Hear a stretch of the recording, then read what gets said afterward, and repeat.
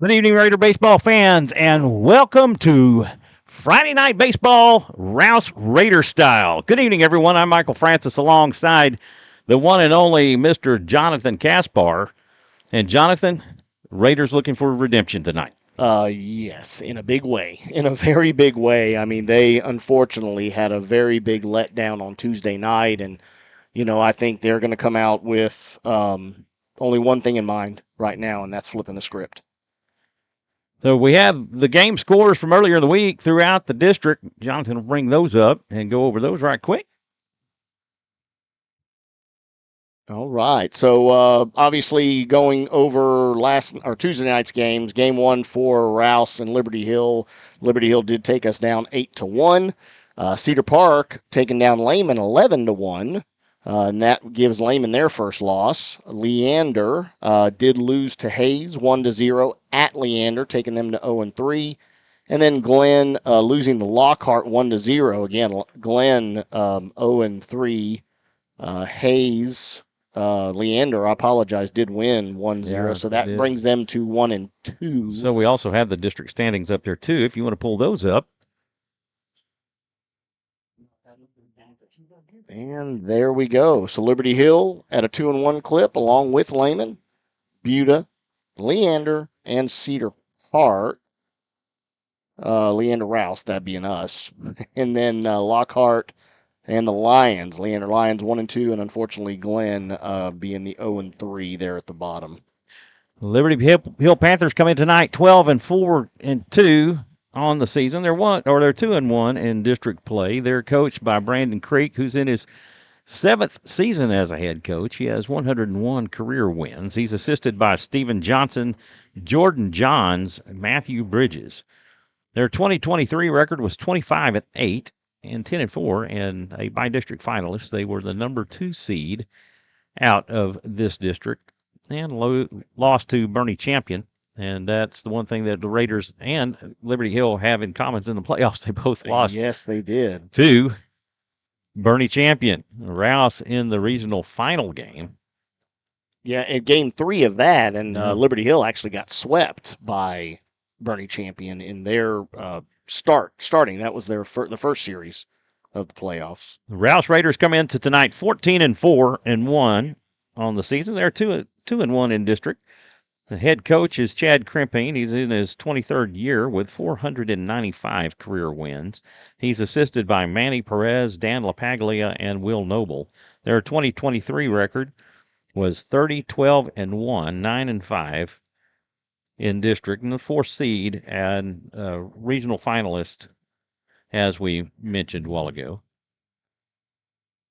So, as we mentioned, looking for a little bit of redemption tonight. And really, for us, as broadcast-wise, this is our home opener. It is our home opener. Unfortunately, we didn't have the opportunity because of rain and watering restrictions, lack of rain, should I say, and watering restrictions, to not have any games here to host during the LISD tournament. So, yes, this is our maiden voyage here at home for the 2024 season.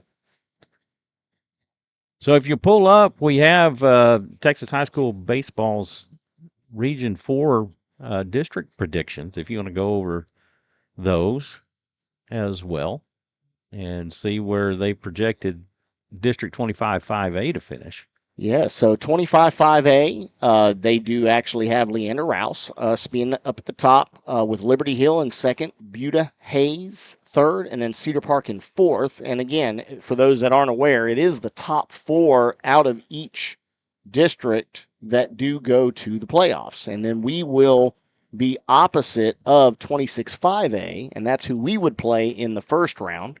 Out of 26-5A does show to be Bernie Champion. Defending there, Smithson Valley in second, Kerrville-Tivy third, and then New Braunfels Canyon in fourth. Obviously, we got 27-5A. You can see those, all the rest of each of the 5A divisions being listed.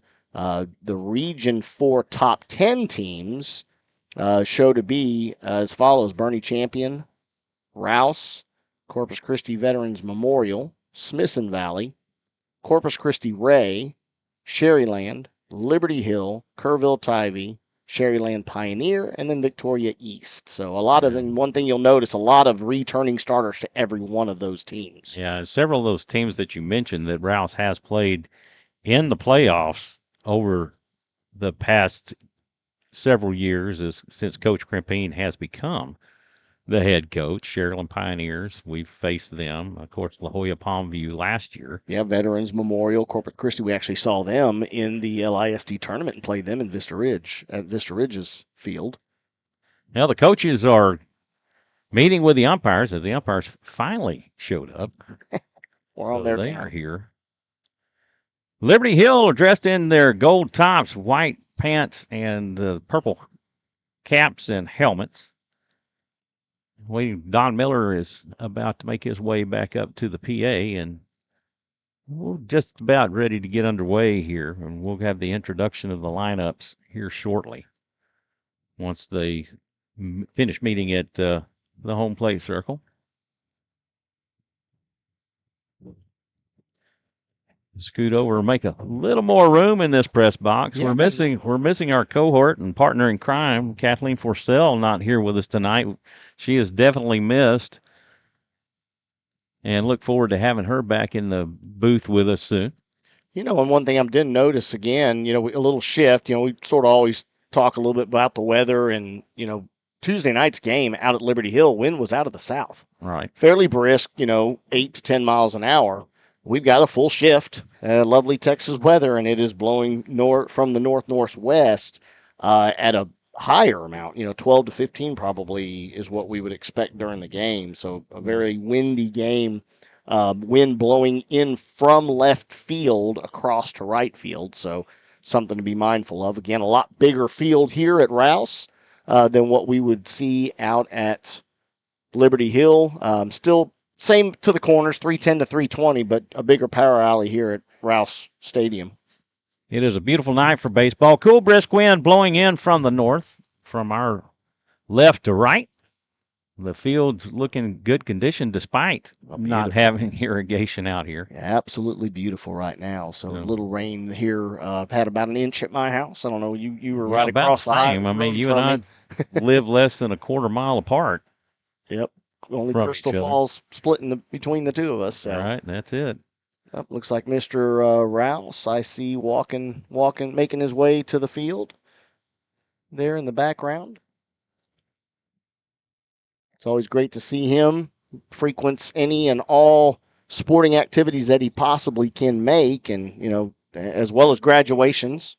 So it's always great to see him. So. Don Miller on the mic, the dulcet tones of Don Miller on the PA system. Good to be back and getting underway here at our home field.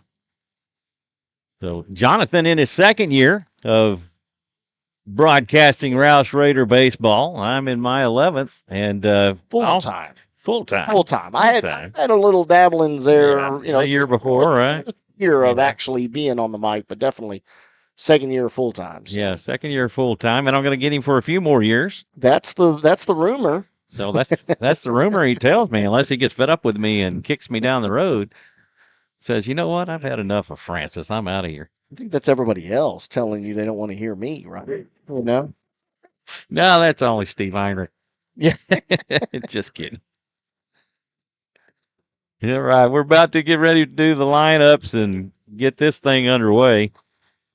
Yeah, and one thing that has been a staple this year for Rouse is getting ahead early and getting up and jumping on first pitches and really having success at that. It's one thing we've seen so far through our LISD tournament and so on, and that didn't happen Tuesday night, so we'll see again if they can change that up. The Liberty Hill introductions are happening, so we'll do the same. Leading off for Liberty Hill will be the catcher, number 23, Carson Sharp. He'll be followed by the first baseman, number 27, Blaze Milam. Batting third will be number 10, Jordan Andrews in left field. Batting fourth will be Gavin Voth. He will be the starting pitcher for the Panthers tonight, and he is number 3. Batting fifth will be number 7, Andrew Basie at second base. The designated hitter will be number 8, Giancarlo Galletti. He will be hitting for number 5, Cole Tanksley, the third baseman. Batting 7th will be the right fielder, number 9, Colby DeMars. Batting 8th will be the shortstop, number 2, Caleb Calvert. And rounding out the order will be number 22, Toby Ryman in center field. And gosh, he really surprised. I'll tell you surprised us in that 9th hole Unbelievable with that speed. Yeah, and again, I hit on it during the in out of our broadcast. He is the center fielder. You expect that to have the speed, but wow, was he able to? Yeah. He did it from not just bunting, but he would bunt to get on. He would hit to get on. I mean, I think he went 3 for 4 in the game, if I'm not mistaken. So kind of interesting in where he's at as 9th in the order. Is that something strategic possibly that Coach Creek was looking at? Hey, you know what? I may have him 9th in the order, but I could use him as a leadoff as well. So I essentially have 2 leadoffs. Correct. Batting back to back right there. So is that a possibility? The lineup for your Rouse Raiders tonight, leading off will be the second baseman, number 9, Rainer Heinrich. He will be followed by the center fielder, number 10, Landon Miller. Batting third will be the starting pitcher tonight, Oscar Salazar. Batting fourth will be number 27, Connor Thompson in right field. Batting fifth will be the first baseman, number 22, Nathan Miller. Batting sixth will be the designated hitter, number 11, Andrew Sanchez. He will be hitting for the left fielder, number 31, Adrian Graves.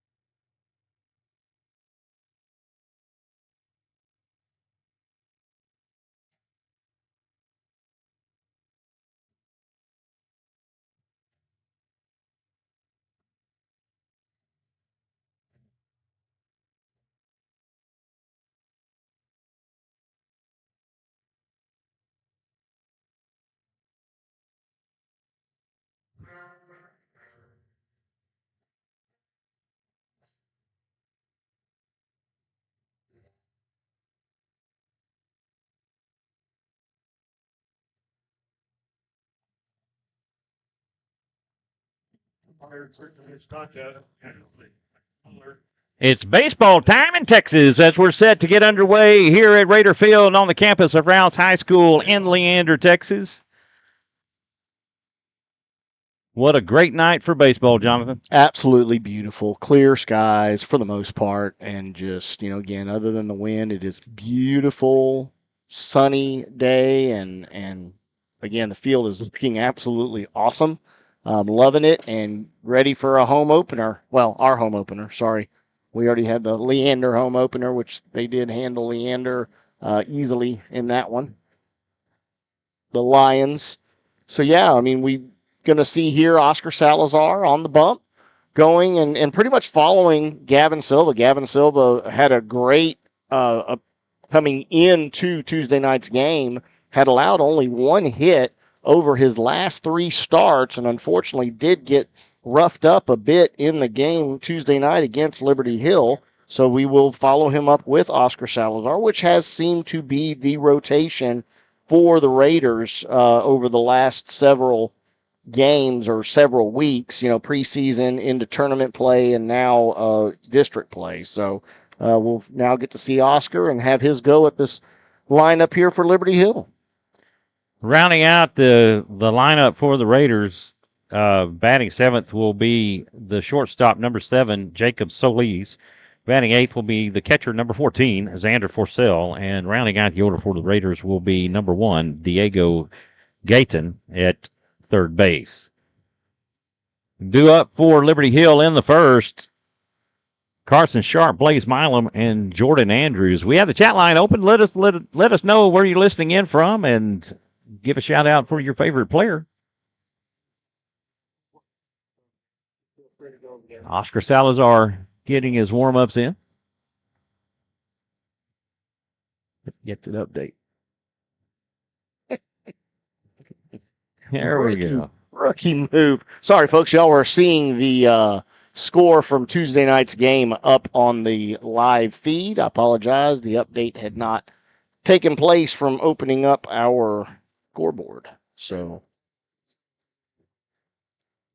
we're ready to get underway. Carson Sharp makes his way to the plate, batting from the right side. Oscar Salazar starting out from the stretch. Making a quick adjustment right quick. Oh, Oscar's ready to go. We didn't have a right fielder. Yeah, Connor Thompson hadn't been out there. Handing something out, and here we go. Salazar toes in on the rubber. He picks up the sign from Forsell. The pitch down and away for ball one. Yeah, and again, one thing we did notice, Gavin was really able to attack the batters earlier in strikes, and Blaze was almost every single inning. 1-0 misses low for ball two. He was first pitch strike almost every time.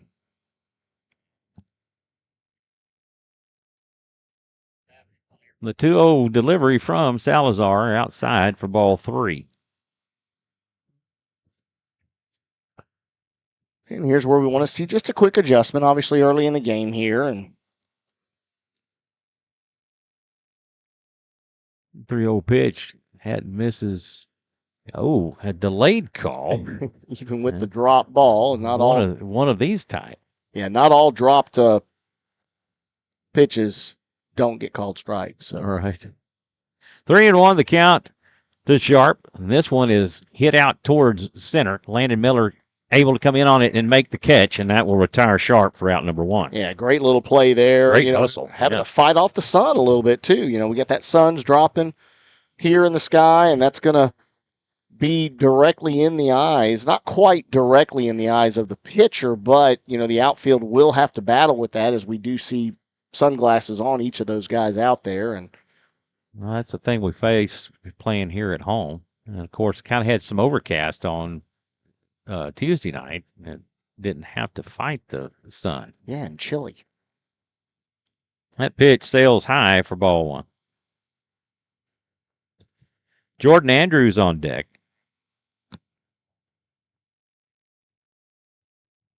The 1-0 delivery. Misses low for ball two.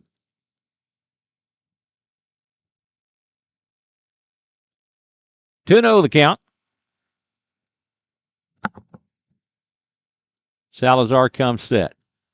Takes a long look in. The pitch is delivered, and this is going to be a high foul ball, and will just go out of play. That's one thing we do have, is a very broad, wide foul area here, at Raider Field. And, that can sometimes be a plus, if you've got speedy outfielders having an opportunity, a little bit more land to run upon, to try to get underneath that ball and make an out. But not on that one, unfortunately. It's like we got a near full moon. I think you can actually see it in the camera shot. A 2-1 pitch. That's inside and low for ball three.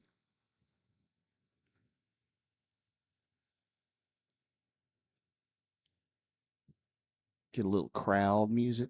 Crowd.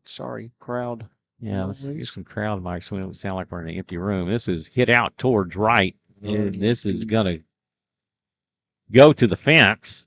That'll be a stand-up double for Blaze Milam as Connor Thompson gets to it.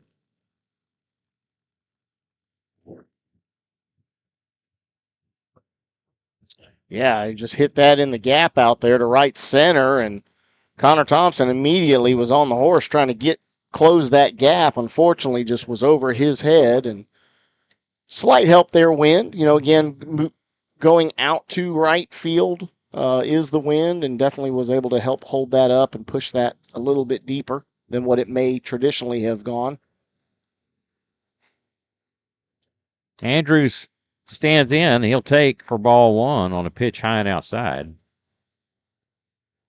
Did see a some early steals with the Liberty Hill Panthers. And Coach Crimpine calling time. He's going to go out and talk to his team. Love seeing the beautiful new scoreboard. Yeah, that is really nice. You can actually see it in the camera shot. I'm not going to move the camera and catch on it. We just have the one. Maybe when we get a couple more camera angles that we can actually do things like that. But right now we're limited to the one. And folks, that all starts with you, right? When those I'm just impressed. Fundraisers are going out there. I'm just impressed with the lines for the batting boxes. Yes. Nice and straight. Oh yeah, they were putting some time and effort into that for sure. All right, we're ready to get back underway. Jordan Andrews gets back in from the left side. Salazar checks Milam back at second. And the 1-0 delivery. That's in for a strike. Yeah, beautiful. 1-1 the count. Beautiful breaking pitch there. Breaks inwards on a lefty batter. Actually getting him to step out of the box, thinking it was too tight, but caught a lot of plate. Pitch outside. Giancarlo Galletti on deck. 2-1 the count to Andrews. Or I say Galletti on, both on deck. Maybe it's just I like saying it. Nah, it's not that. Galletti. Salazar will step off and reset. Starting to hear a little chatter come out of that Panther dugout. The 2-1 pitch. Swung on and missed for strike 2. Andrew's not happy with himself on that one. He's like, man, that was terrible. That was a terrible hack. Yeah, it was low and uncommitted, right? 2-2. 1 on with 1 out. Swing and a miss. Changeup. Beautiful changeup. For out number 2, and that will bring up the starting pitcher, Gavin Voth.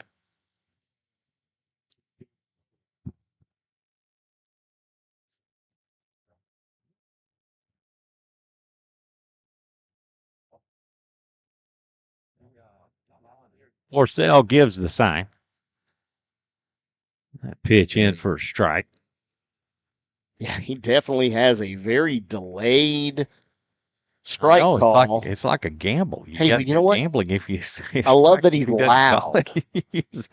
He's at least vocal with it, you know? The 0-1 pitch, a breaking ball in for strike 2. I guess that's his niche, right? Every umpire's got one. So maybe that's his real slow and loud. Yeah, back in my softball days, we had a umpire, and he would yell "ice" is what it sounded like when he was saying strike. The 0-2, that's fouled off. He just got the end of the barrel on that one and fouled it away. Some Cedar Park softball girls have made their way to the stands.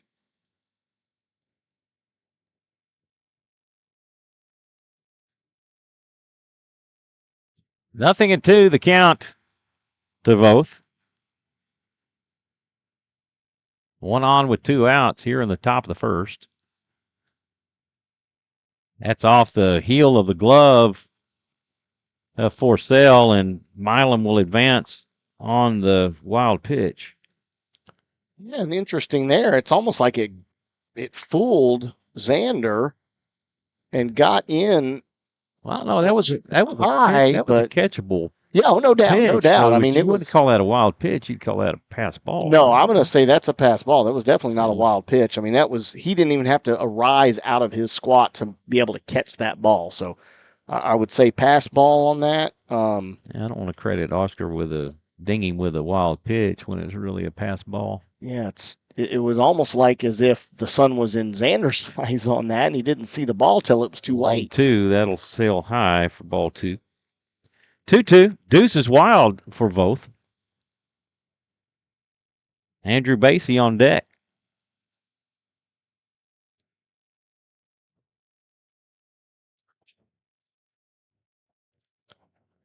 2-2 pitch. This is cut on and hit out towards right center. Landon Miller will move over, make the catch, and that will end it.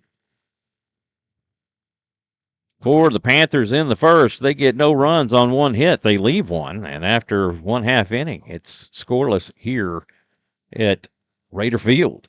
Well, and just again, another start just like we had Tuesday night. I mean, it was definitely not the first, second, or third innings that there was an issue, and it wasn't until the fourth that wheels fell off, and obviously this will be now an opportunity for Rouse to step in and wake up those bats early, get on the board quick, again, as they have done pretty consistently throughout the year, and the one thing that was missing from Tuesday night. So we'll get to see how this goes. And Camino Stapleton checking in, saying go Xander. Very nice. Yeah, let us know who you're rooting for and give a shout out to your favorite player. We'll mention it over the air. Just remember to keep things cordial. Defensively for the Panthers on the mound, number 3, Gavin Voth. Behind the plate, number 23, Carson Sharp. At first base, number 27, Blaze Milam. At second base, number 7, Andrew Basie. At third base, number 5, Cole Tanksley. In short, number 2, Caleb Calvert. In left field, number 10, Jordan Andrews. In center field, number 22, Toby Ryman. And in right field, Colby DeMars. Due up for the Raiders in the bottom half of the first, Heinrich, Miller, and Salazar. Yeah, and again, Rayner has just been on fire early here in this season, and until Tuesday night. So again, there's a lot of things that they want to forget about on Tuesday night, and obviously not forget the fact that runs just kept piling up even with the lead well in hand for Liberty Hill. And I don't know if that was a plan there from Coach Creek or not, to just keep rolling with as he was sending guys, suicide squeeze or bunt squeeze and on 2 outs, and just continually running those guys as much as he could. But again, when they were riding hot bats like they were, you can't really fault them for continuing to do what they were last night. My beautiful bride in the house. Oh, very nice. There she is. Rainer Heinrich steps up to the plate.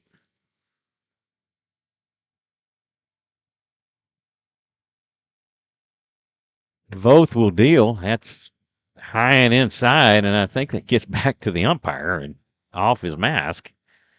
He's going to take a moment to adjust for ball 1. Landon Miller really helping out his on-deck fielding percentage and actually handing it back to the umpire.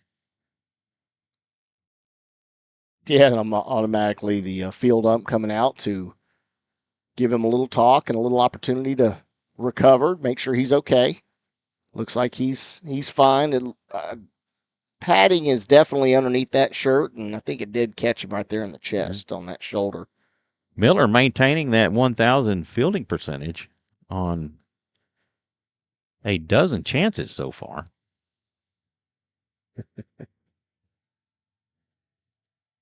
Voth winds and delivers. That pitch almost rubbing that belt buckle. And they hit him on the first pitch of Tuesday night's game as well, and almost on his second at bat they hit him. Yeah, got very close. And another pitch inside. Like they want to back him off the plate. Well, I'm wondering if that's maybe also the plan and not allow the hot bat of Rainer Heinrich to hurt them. The 3-0. That's in for a strike.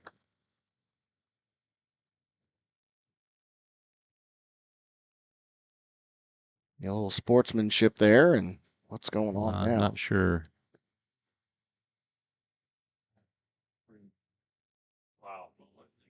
I'm not sure what that's about. Talking to the Raider dugout. The dugout. Tell them. They can chatter to us, but we can't chatter to them. I don't think that's right. Well, are they chattering to the on and hit down to Tanksley at third? He makes the throw over to first, and that will retire Heinrich for out number 1. That'll go 5-3 on the putout. Well, so the question would be, are they chattering to their batter, to their teammate, or are they chattering at the players? Well, I mean, this is nothing new for these guys. They know that you're always talking to your player. Right. But the opposing team knows that you're actually chattering at them, right? You're doing what you can get away with. Which evidently is not much tonight. First pitch to Miller, and it's hit back down to third to Tanksley again, and that will bounce away. And Miller rounded first and was headed to second. And it gets hit with the ball instead of tagged with the ball. And it gets back to first safely. No foul. He rounded first. Rounded first. He ran into the umpire. Well, he ran into the umpire and just kind of threw him off. So, but he will reach on the error. That will be an E5 on Tanksley. And it's almost that as if he did not see the coverage there.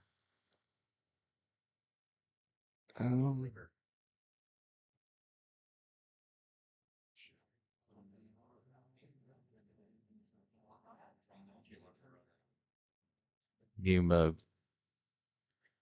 so we have a pinch runner coming in for him, number 21. Ryland Payne. Ryland Payne. Pinch running for Miller. So that'd be kind of a rough deal if he was injured by running into the umpire.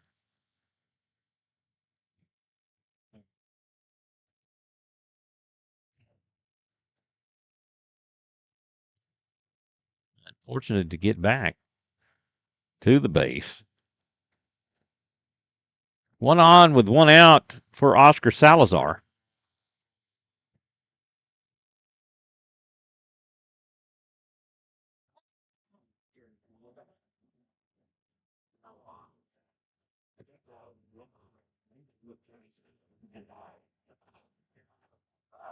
Payne extends his lead at first. Voth takes a look over. And he will deal the fastball down the middle for strike 1.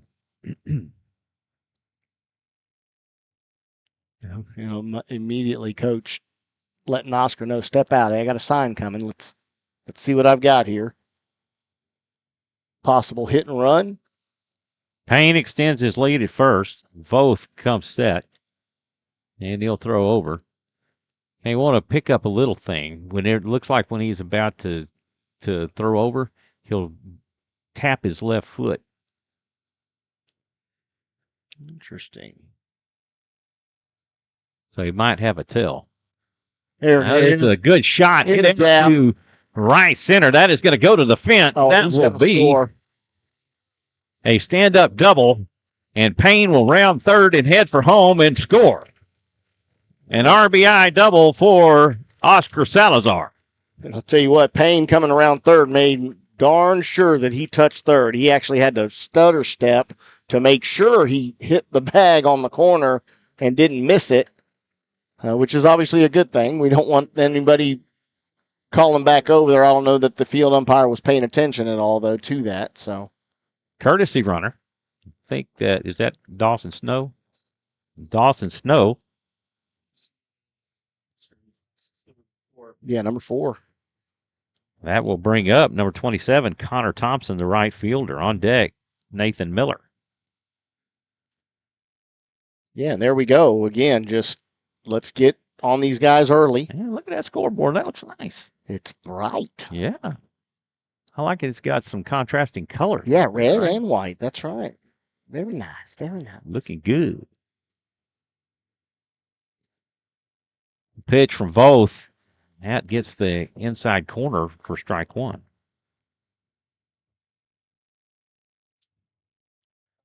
Well, Connor Thompson, another Raider that was very active on the hits during the LISD tournament. That pitch gets inside. He backs him off. He did. He That gets was a rung great, up with a strike. good breaking pitch there that definitely He's caught down the in a inside. 0-2 count. He's looking for his first hit of this series. He was 0 for 3 in Tuesday night's game. Nothing in 2 the count. Both will spin off and look Snow back to second.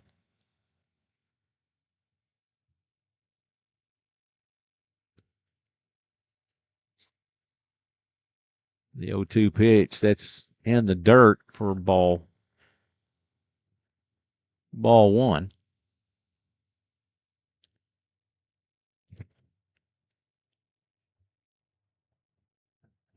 I love playing baseball at this field right here. Got a lot of good memories on this field. The 1-2, that's outside for ball 2. And unfortunately, I got a lot of bad memories here. A lot of bad baseball played here in the early years. Oh, yes, sir. Under Coach Cochran.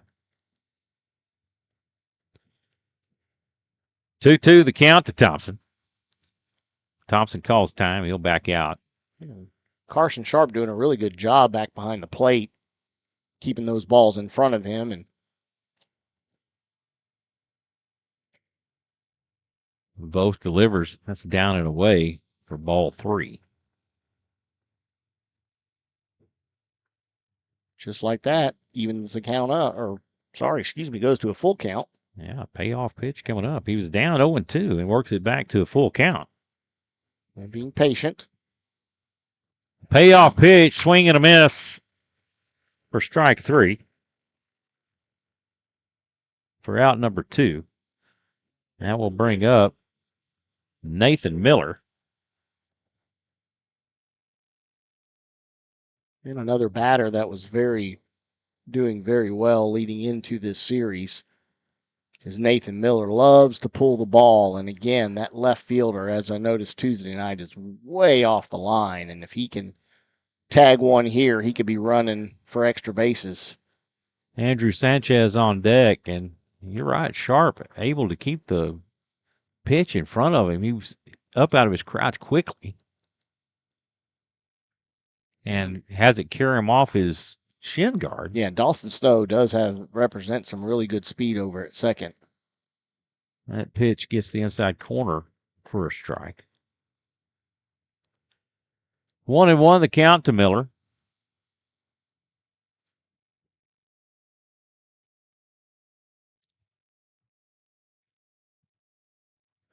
The 1-1 pitch. That's high and outside for ball 2. And again, you got to wait, though, because he hesitates on everything. And it's like, what's he going to call? It was close. Is he going to call it a ball or a strike? I know we're early in the game, but his strike zone seems to be fairly consistent so far. That pitch in and out of the glove, but a strike down the middle all the way. And again, dropped the ball. Still called a strike. Deuce is wild for Nathan Miller. The 2-2 pitch. That's outside. A curveball. That was way outside, so I don't know what everybody's Liberty Hill is getting all excited about. I guess because from their vantage point, they can't really see that curve out away from the plate. And again, the payoff pitch. That's through his legs. That will go into the outfield, and Snow will score on the E2. Tell you what, we got really lucky there. The ball squirts right through the 5 hole there of. He picked up the stolen base and then advanced to home on the throw by Sharp. But I'll tell you what, it got past him and it didn't lose any speed and bounced hard off of the wall right back to him and gave him that opportunity to get the throw down there. And fortunately, third not able to handle that. Sanchez takes for a strike. Tanksley over at third, not able to get that ball down and to put the tag on Dawson Snow. That will sail high for a ball. Well, the Raiders have done tonight what they could not do on Tuesday night, and that was put a crooked number on the board. Any number. Well, they had a 1. They hit a 1. That pitch down and away for ball 2.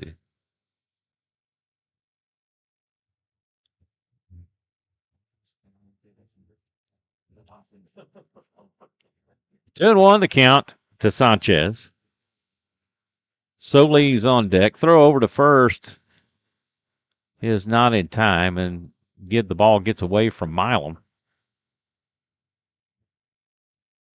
but stays right there by the bag. Again, yes. As he did a little twinkle toes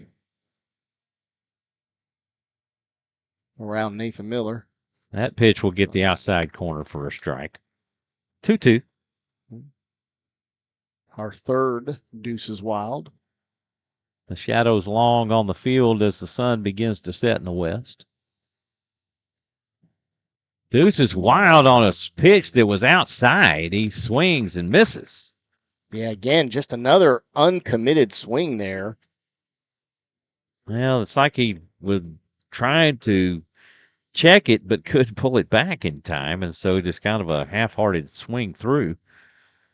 Raiders will get 2 runs on 1 hit, and they leave 1. After 1 complete, it's 2-0 Rouse. On to the bottom we go. Due up for the Panthers in the bottom, Basie, Galletti, and DeMars. Yeah, and again, we do see a little change up here defensively from what we had Tuesday night. Obviously, Oscar coming in to pitch sees him leave his post at first, and Nathan Miller then moves from third, as he was Tuesday night, over to first, and that brings in Adrian Graves for our first look at him at third base. Still consistently staying with Jacob Solis at short, and obviously the ever-present 4-year varsity player in Rainer Heinrich at second. And Xander, I believe, seems to be the Lone Ranger at catcher's position, the 2 spot there, with, unfortunately, the injury still to Espinoza, which I did have an opportunity to speak with him before the game, and he's very positive to being able to be back probably earlier than later, and that's also to be said for Schluter. Trey Schluter spoke with him, and he's been throwing bullpens now. So, has he? Yes, sir. Yes, sir. And that's very, very promising that all these guys are going to be coming back together here very soon. Very soon. Andrew Basie makes his way to the plate for his first opportunity of the night. Giancarlo Galletti on deck. Salazar back out on the mound.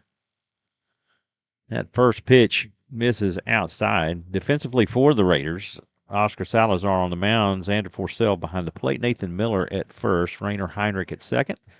The pitch, that's upstairs for ball 2. Diego Gayton at third, Jacob Solis at short, Adrian Graves in left, Landon Miller in center, and Connor Thompson in right. The 2-0 delivery, swing and a miss for strike 1. Sorry, I did have that. I got that wrong earlier. I did say that was Adrian Graves at third. I apologize. That is Diego. The 2-1. This is cut on, and Diego Gayton will play it. The throw to first. Oh, just a bad throw to first. That will be an E5 on the throw over. Yeah, he did a great job of charging that ball and catching it in the grass as opposed to letting it travel to him, but unfortunately wasn't able to make a crisp throw. Nathan Miller doing everything he could to try to get off the bag and get to that ball, but it was still out of his reach. Salazar deals. This is fouled away for strike 1.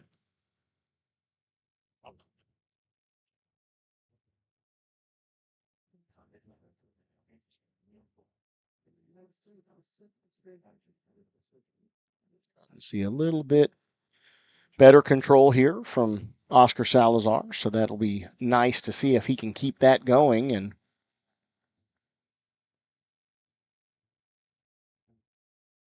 The 0-1 pitch, swing and a miss Just on a like nicely located fastball on the outside corner. Yes, sir. Just like that. Beautiful.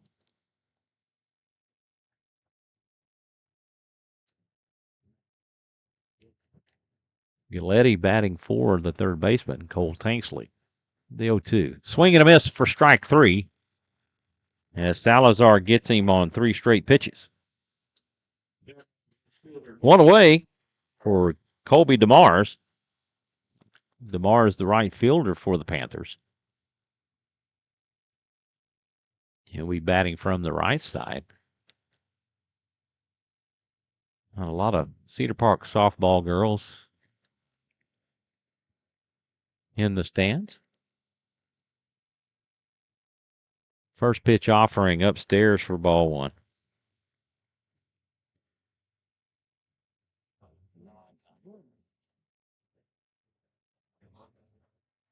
Forsell gives the sign. The 1-0 pitch, fastball inside for ball 2. Brushing him off there. Caleb Calvert on deck. 2-0 the count to DeMars. 2-0. That's a strike. Thought a little bit inside, but enough to satisfy the umpire. He was trying to work that way on that last pitch and unfortunately did get too far off the plate. Went right back at it. That's right down the middle. No doubt on that one. Nice heater, and that'll even the count at 2. As Colby's just sort of like, why didn't I swing at that? Man, it was a beautiful pitch. 1 on with 1 out, runner at first. The 2-2 pitch, that's down and away for ball 3, and the count will go full. And here we get to see best on best.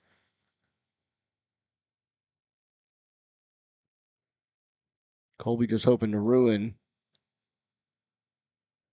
a good pitch. Foul tip into the glove, and that will be strike 3. Great job there for Xander Forsell, staying with that off the foul tip and still able to find it into the mitt.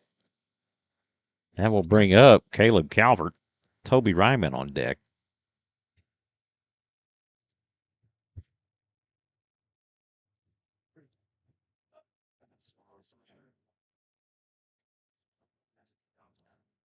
Drew Basie's really staying close over there at first. Pitch down the middle for a strike. Not really wanting to even seem anywhere likely to take off. The 0-1, that sails high and for ball 1.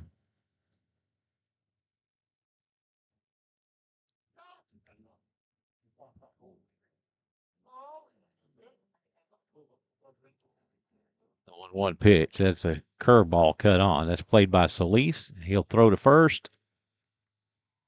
Not in time.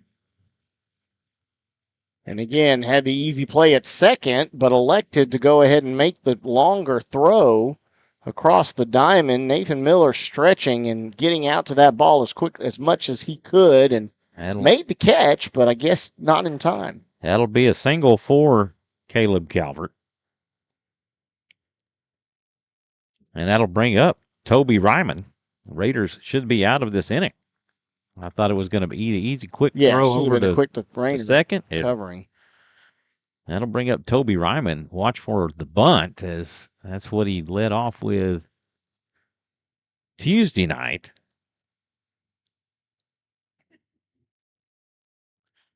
And immediately, Diego looking to crash as he's playing well into the grass. That pitch in for a strike, and that'll even the count. So he did get the scouting report on Ryman. Salazar takes a look at Basie back at second. He'll come home. Swing and a miss on a pitch down the middle for strike 2. Tell you what, a lot of great late movement on that one. That just bottom almost seemed to drop out of it. Couldn't really see as well here, but watching the reaction of Ryman as he was swinging down. The 1-2 pitch. This is fouled down the first baseline. And Coach Johnson over there for Liberty Hill, helping with his coach's box fielding percentage.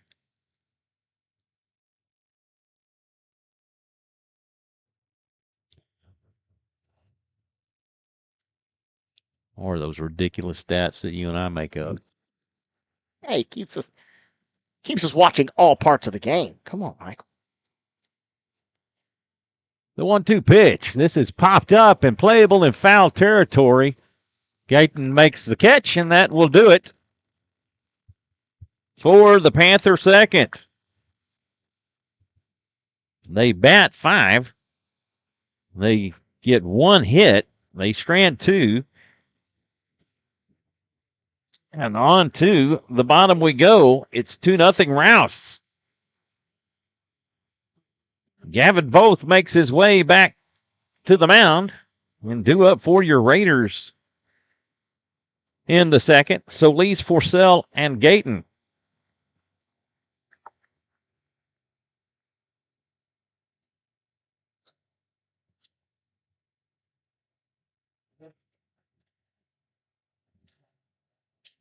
Blowing them kisses. You kisses at my bride. Better watch out. Your wife may get jealous blowing kisses at some women in the stands. God, I'm going to tell on you, Michael Francis. Oh, my goodness.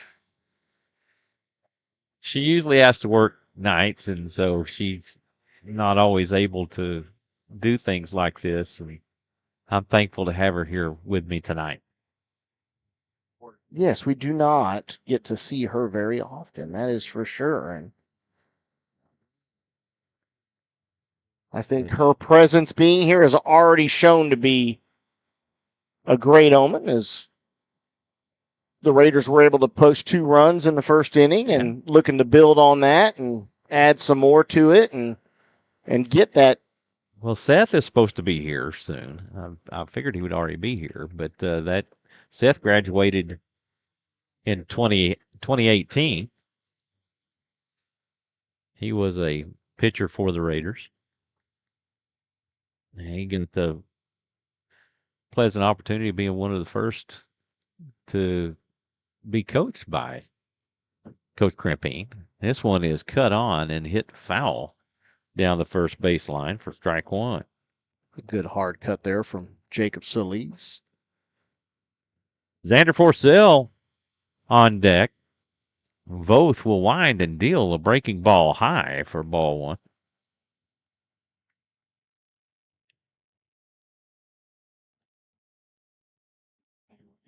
1-1 pitch. This is cut on. This is hit back up toward the middle.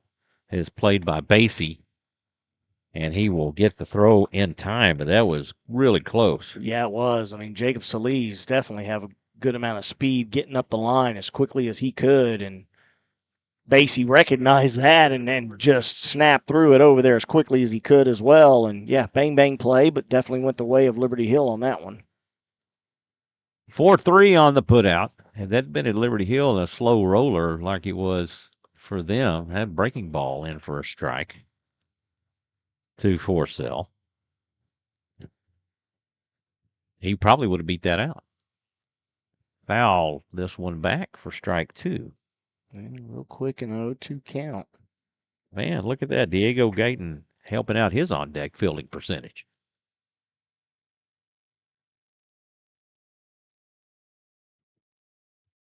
There you go, Michael. There we go. Yeah, well, no, we got to get Kathleen over here. So I know. We still got to have our, right? Still got to have our Forsell fouls this one off. First game, you know. Yep.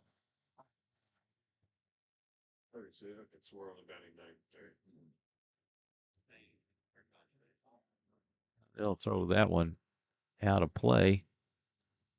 Know what happened there, but I must have missed it. That pitch will go to the backstop, and unfortunately, we don't have anybody on right now, or they would have gotten a free pass to the next base. Man, look at that. Diego Gayton had 2 chances on 1 at bat. Or 1 on deck appearance. One at bat. No, 1 There on we deck go. appearance. Get over him. Has a shot out to left. Little off Jordan the Andrews end. able to get to it, and it was had a dead sound to that. it's a dead sound, and it was a low flying fly ball. Yes, I think that was a little bit more towards the end of the bat. I think that he caught that without barreling it, and definitely would have had a different sound to it.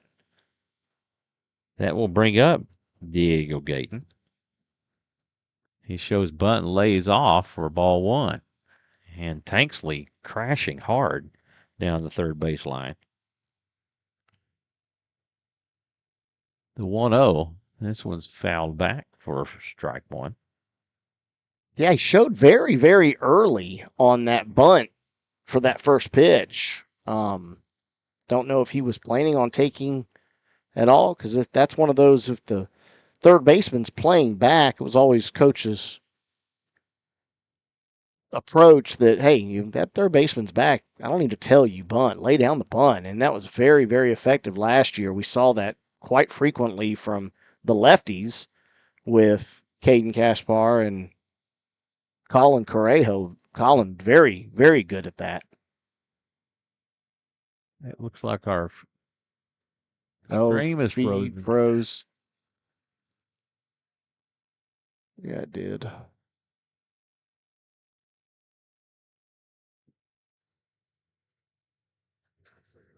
The 1-2 pitch, that is down and away.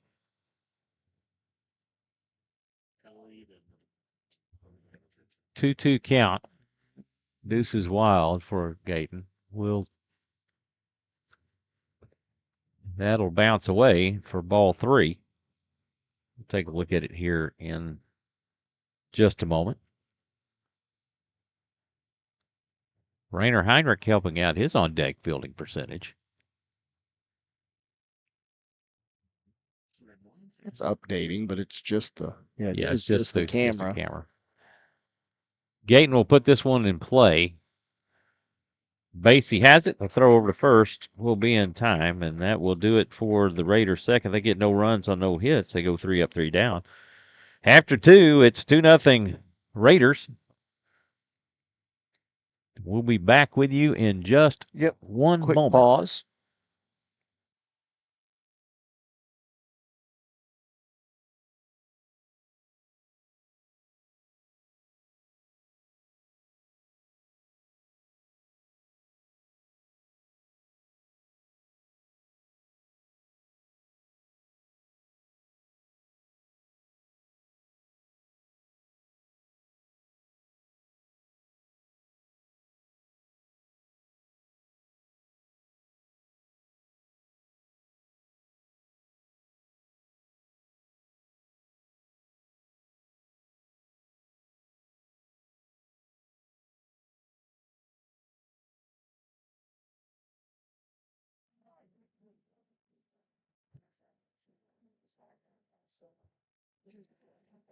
Both at the plate. Yeah, 1-on-1 run has scored, so our apologies, folks. That swing and a miss. Or actually fouled it off for a strike. Welcome back, everybody. We apologize for that. Everything just froze up on us, and we had to restart the computer and everything. So our most sincere apologies for that, but we're back underway. The 0-1 delivery to Voth. That pitch in for strike 2. Voth flew out to center his first time up. So in this, Carson Sharp got on base via a walk. He came around to score on a double by Jordan Andrews. Pitch fouled away for strike 2, and now the Raiders lead 2-1. Yeah, crisply hit ball by Jordan Andrews up the middle that was fielded by Landon Miller, who made a throw to home, and the ball definitely beat the runner there, but unfortunately was not able to be handled to be able to put the tag down, so he did score. 1-2 the count to both.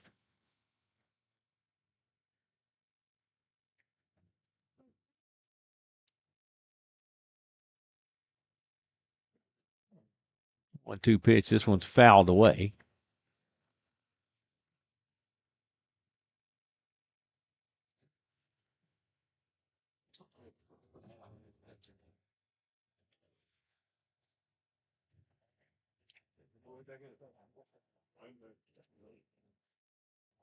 Salazar takes a long look in. Checks Andrews at second. He'll spin off and calls him for a balk.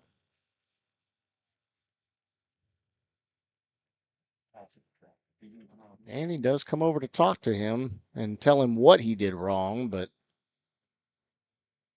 don't know that Oscar agrees with him as he looks in at Coach and shakes his head. So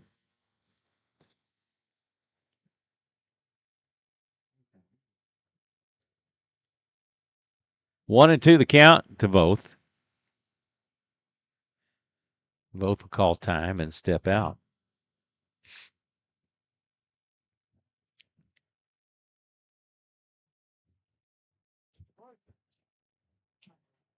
Salazar comes set. corners do come in with the runner at third. Pitch. This is hit down the first baseline. Throw to home will go wide, and that'll score on the E3.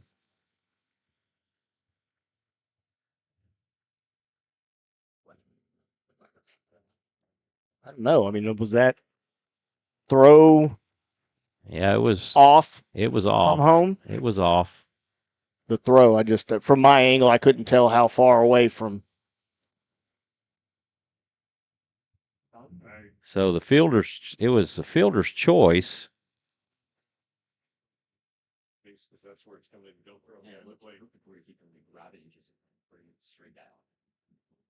As he could have tagged both on the way to first. Correct, but with only one out, obviously you want to get that lead runner if at all possible. So don't know if he had an opportunity to make the tag on Voth and still be able to make the throw, but neither way did we get an out on that. So that's not very good execution. That'll bring up Andrew Basie. Basie reached on an error his first time up. He shows bunt. He lays this down the third base side. Throw to first will be in time, but it'll advance Voth to third. I'll say it's both. It's probably a courtesy runner. Not something I was able to see, unfortunately.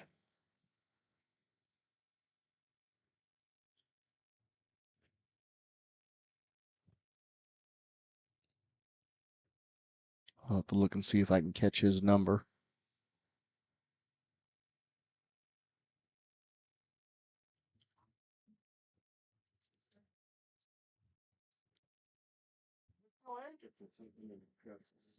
Yeah, there were several pitches that right now are getting towards the bottom part of the zone and are not being called strikes. We'll definitely keep an eye on that and see if that's something that remains consistent throughout the rest of the game. 1-0 the count to Galletti. That pitch sails outside for ball 2.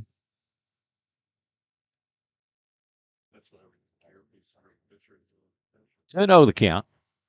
1 on with 2 outs. A runner at third. Pitch inside for ball 3. Is number 12. That is the pinch runner. And that's Colton McDaniel, courtesy runner for the pitcher, Voth. Colby DeMars on deck.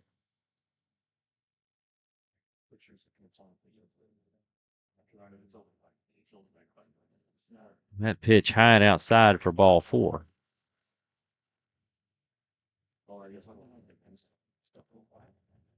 Interestingly enough, we're starting to see some of the same reactions, of the pitchers not being able to make the adjustments and letting. Coach Crimpine is going to call time and come out. That'll put runners on the corners for the Panthers. Yeah, a couple of bad a couple of bad plays and a couple of bad pitches have just steamrolled into a 4-pitch walk, and now 2 on. Of course, bases, runners on the corners, and a tie ball game now at 2, both of which have come through. One with a great hit that did have the play at home not be successful, and then the next guy gets around and scores off of more errors. So coach really wanting to have a talk with these guys and have them tighten up on the defensive side. Well, you remember on Tuesday night, the Raiders' off inning was the 3rd inning. Yes, and it was, pitching was a huge part of that, although there was definitely some great hits and not really so many errors that were creating the runs as much as it was just pitching, and not something that we've seen an issue with from Gavin Silva. And again, we'd like to see Oscar right the ship here and dig back in and be the effective pitcher we know he can be, and the one that he has been over the last 3 years. Colby DeMar stands in. It'll take for ball 1.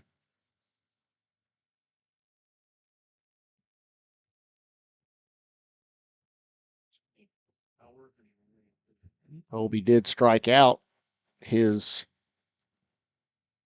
first plate appearance. Yep, he is 0 for 1. That pitch high for ball 2.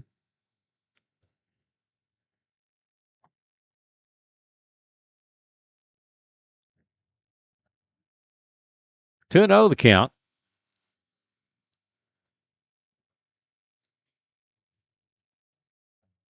A 2-0 pitch, breaking ball, gets that outside corner for a strike. Great little pitch on the outside.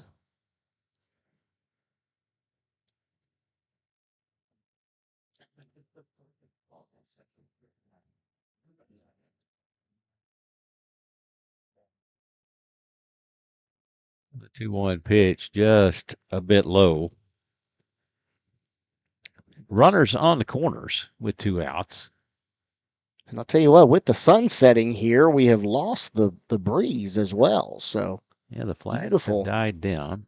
Beautiful night. The 3-1. That gets the outside corner pitch for strike 2, and that brings it to a full count. That's one thing we did get to see them do during the Corpus Christi game again that Rouse played at the LISD tournament at Vista Ridge Field. That outer half, guys were living out there and getting the strike calls all day long.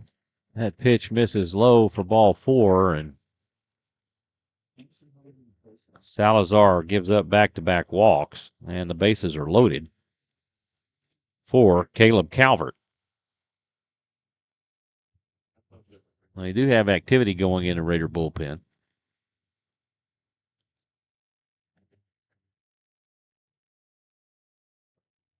And unfortunately, with Pole and Raps and everything else, I'm not going to have an opportunity to see who is pitching from my angle or who is warming up. That pitch misses low for ball 1.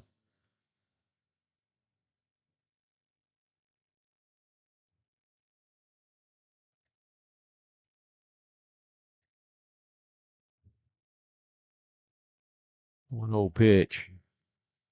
Gets the inside corner. That ball throwback gets away from Salazar. And guys are just not focused at all. And well, it gets frustrating when you give away free outs, right? And so, and that's more times you want to see these guys dig in. I mean, we've got senior and senior.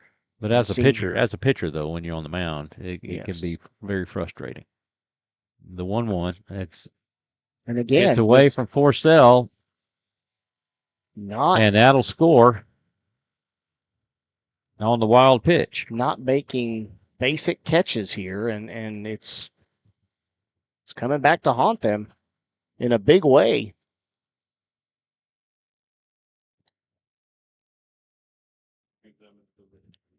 2 balls, 1 strike. And again, not a wild pitch on the part of Oscar Salazar as much as it was a pass ball by Xander Forcell, not being able to close the ball there. That pitch sails high for ball 3.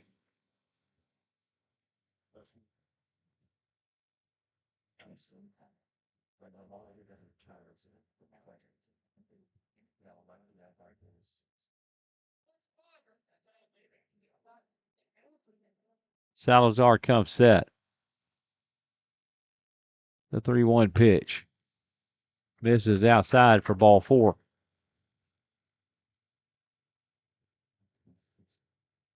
Salazar has given up back-to-back walks. That is the 4th walk that he has issued in this inning. And looks like it is Carson Henderson that I'm getting the word is the pitcher that's warming up, and coach is coming out to make that change right now. So, and Nathan Miller goes to the dugout, and that's going to be it for Sal. So now we may see quite a few defensive changes here where when Oscar, I talked about it earlier, when Oscar comes to pitch, Nathan Miller makes the move over to first, and then we have Diego comes in for third. Now, with Nathan Miller making his way to the dugout, I would assume he's coming back out, that he has made the change of glove from the first baseman's glove to his infield glove for third base, and that is in fact where he is going. And we have now the lefty that we unfortunately didn't have the use of last year due to injury, and that is Carson Henderson. And Nathan has now moved over to third, and Salazar at first. Yep, and Oscar Salazar makes the move over to first. So back to the same defense that we are used to seeing, or that we did see on Tuesday night, and Oscar and Nathan both getting the opportunity to warm each other up for infield throws.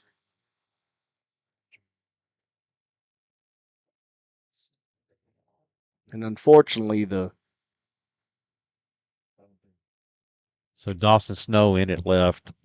Oh, and Dawson Snow, okay, comes in at left to relieve Adrian Graves.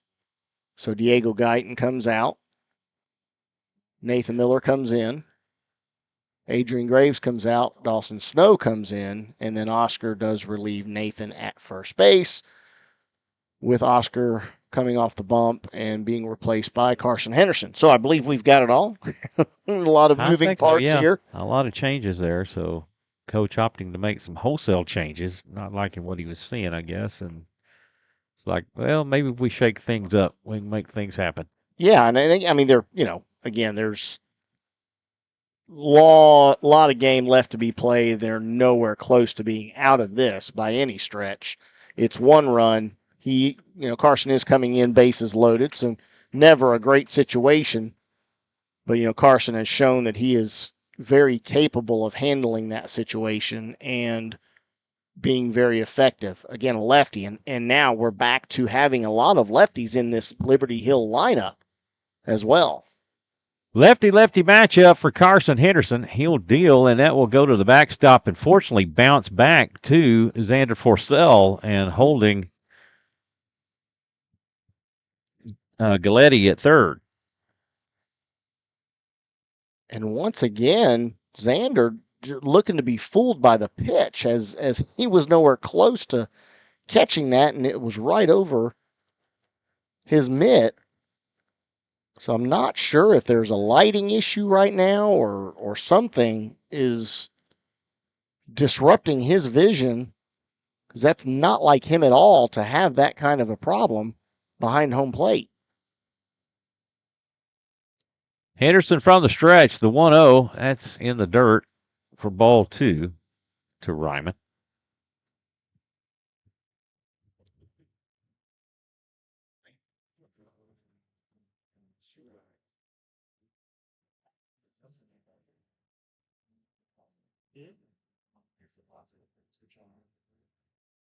Ryman starts the show. Bunt lays off. He'll get rung up for the strike. 2-1 the count.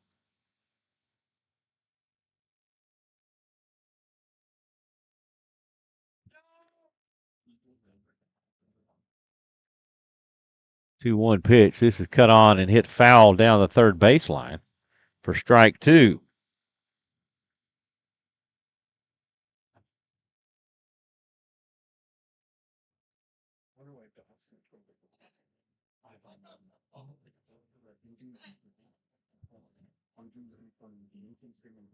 Salazar goes 2 2/3. Deuce is wild for Ryman. Henderson comes set. The 2-2 pitch. It's in on the hands and fouled away for, and the count will remain at 2. A little off speed there from Henderson.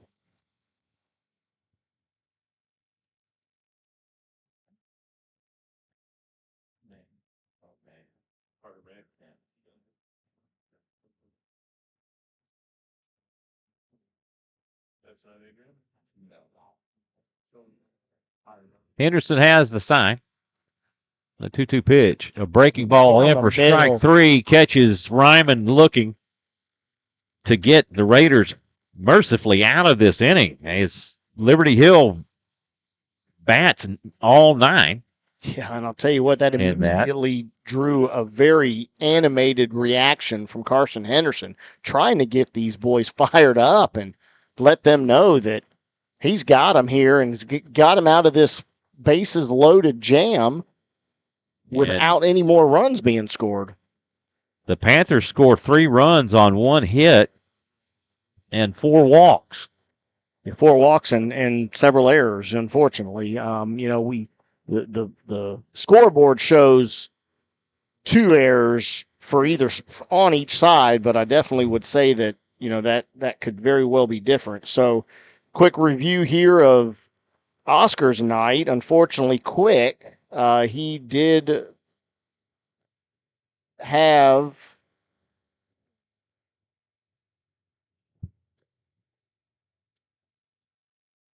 let me get here. All right, 2 2/3 of an inning, allowing 2 hits, 2 earned runs, 3 strikeouts, and 4 walks. And again, unfortunately, just the walks are absolutely brutal. And as Mr. Kid Hill would always say, it's very hard to defend against walks and errors. You're really putting yourself in a hole there by allowing that many extra base runners when you really don't need to. And well, there's no defense for walks. And the Raiders gave up 2 runs on walks. Yeah, and I see that pitch from Voth in for a strike to Rainer Heinrich. The Raiders back to the top of the order. Yeah, we've got 3 errors based off of what I'm showing here in Game Changer, which sounds more consistent to the 2 swing and a miss for strike 2. Heinrich 0 for 1. Landon Miller on deck. The 0-2 pitch. Oh, no. Catches him looking. Outside pitch that Rainer did not believe to be a strike. I don't know that it was hittable based off of where I stand here. It was well into the chalk line, opposite side of the plate from where Rainer was at. So Landon Miller will come to the plate. Miller reached on an error his first time up. Wow. This is unbelievable now all of a sudden where these strikes are being called. That pitch down and away for a ball. I mean, the dirt is the only thing that saved that from being called a strike. Again. Both winds and deals. This is what a catch by Cole Tanksley, as that appeared that it was going to go into left field, but an outstanding play. Yeah, just a dive and hope. A stab and hope, well over his head, and he was able to climb the ladder on that one and make the catch. That will bring up Oscar Salazar. Salazar with a stand-up double his first time up. He's 1 for 1. Pitch in for a strike.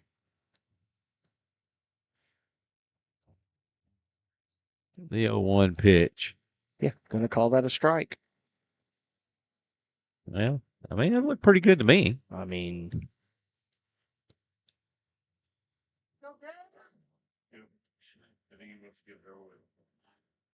0-2. This is hit back into right center. This will be a single for Oscar Salazar. He's 2 for 2 on the night.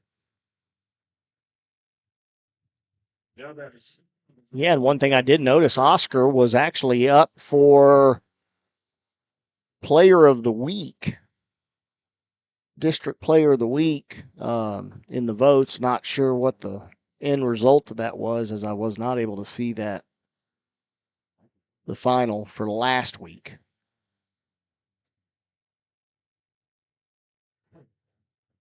Salazar picking up his 101st RBI.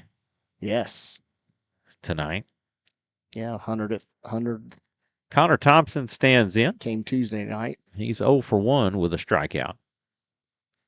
And he'll take first strike. Yeah, that was definitely a strike.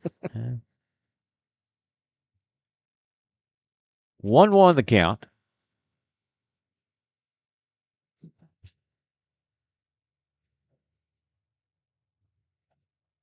Swing and a miss for strike 2. I believe, who is that? Got courtesy running for Salazar. It is Salazar running for himself. Yes, yeah, he's not pitching anymore. Yeah, he's not pitching anymore. That's right. 1-2. This is fouled away. Good idea. As he rocketed that down the right side there, unfortunately went foul. But staying alive. Tell you what, the sun goes down and the chill comes out. Well, that's what I'm saying. Got up to nearly 80 degrees today. Yeah, it's beautiful.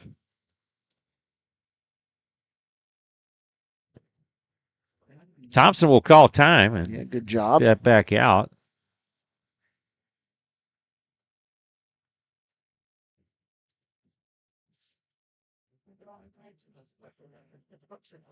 Nathan Miller on deck. The 1-2 pitch. That'll go to the backstop, and Salazar will advance on the wild pitch. Okay, and that does put the tying run in scoring position here. That'll leave the count at 2-2. Deuces wild for Thompson. Raiders doing a little begging over in the dugout.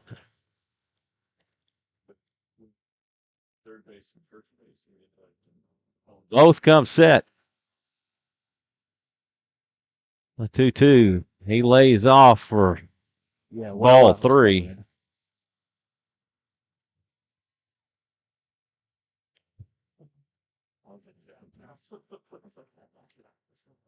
Payoff pitch coming up. The pitch, a little poke to second. Basie has it. The throw to first will be in time, and that will do it for the Raiders. They get no runs on one hit. They leave one. And after 3 complete, it's 3-2 Liberty Hill. Yeah, unfortunately, just not able to get the bats going early enough in that inning. Having 2 outs before Oscar was able to put one in play and then obviously get to second on the wild pitch. But just not able to string enough hits together, and honestly, not a lot of hits to be had tonight. up to this point, showing 3 hits for Liberty Hill and now 2 for Rouse, both by Oscar Salazar. The only one having been on the base path as a result of a hit. Carson Henderson makes his way out to the mound. Raiders needing a spark, Jonathan. Yes, sir. And, we know they're very capable of it. And, they're not getting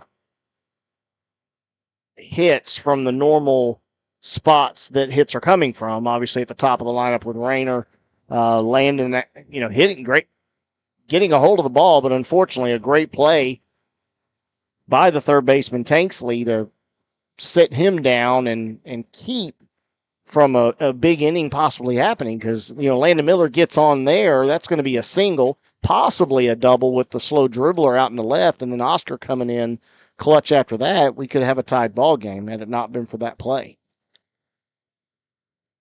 Carson Sharp will stand in. He's facing Henderson for the first time tonight. Foul tip for strike one.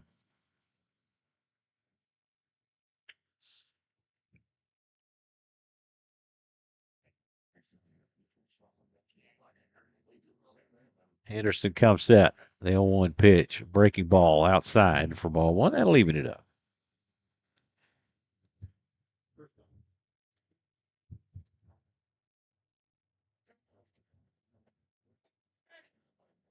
Milam on deck. The 1-1 pitch. Breaking ball high for ball two.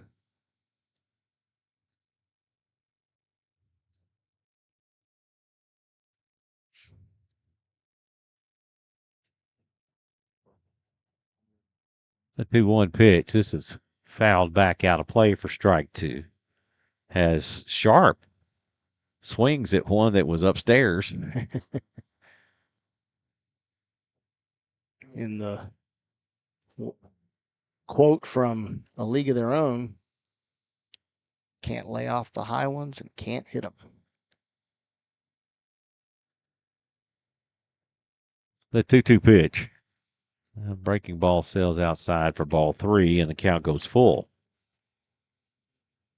Love to see a little backdoor breaking pitch sneak in for a strike three call here from Carson Henderson.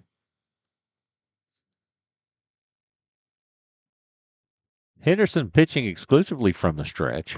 Fastball right down the middle. Or just be a fastball right down the middle. No need for a backdoor or anything with that pitch. Awesome. Milam will come to the plate. He is 1 for 2. And also got the guys, Liberty Hill Panthers started Tuesday night with that hit to right field that brought in a couple of runs. Fastball down the middle for strike one, and that's what you need. That's what we talk about so many times, is getting that first pitch strike. Getting ahead of the batter. It gives you an opportunity to free up and have a lot more pitches to throw. Wow, where did that miss? Maybe low would be my only guess, because it had a lot of the plate on the inside. 1-1 the count. That one's fouled off for strike two. Tell you what, spoiled a really good pitch there. Not that would have been strike three. End result was the same as a strike, but Carson really hitting his spots here. Xander set up on the outer half of the plate there, and that ball exactly was delivered in that spot. This is fouled back out of play. And Milam will get another opportunity. Jordan Andrews on deck for Liberty Hill.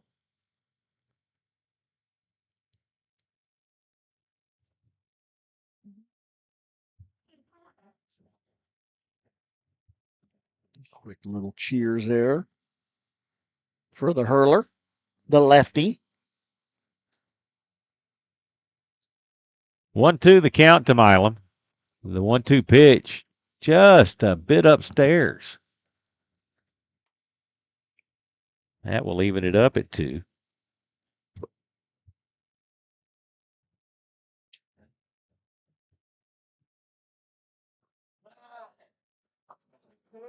Just a little bit low. A little low. But that previous pitch was extremely close, and I'd like to see him go right back to that spot. That's where he normally likes it. He's been calling those strikes most of the ninth. That is fouled back out of play.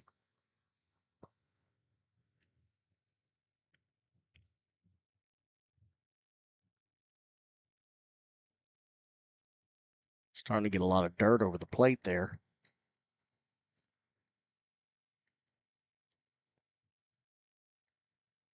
The payoff pitch. Swing and a miss for strike 3.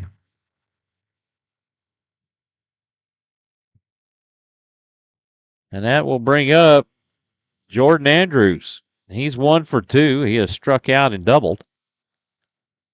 Yeah, and Jordan Andrews was the one that hit that rocket shot back up the middle, fielded by Landon Miller in the third. And first pitch offering misses high for ball 1. Really got things going for the Panthers in that 3-run inning.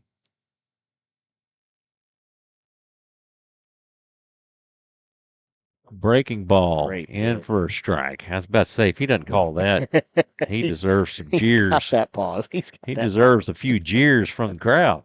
I think he deserves a few already myself, but just my But that's you. Opinion. You and Kid Hill, y'all are brutal on umpires. Hey, man, I just asked, for them to be consistent. And that doesn't mean consistently awful, like we have seen on many occasions.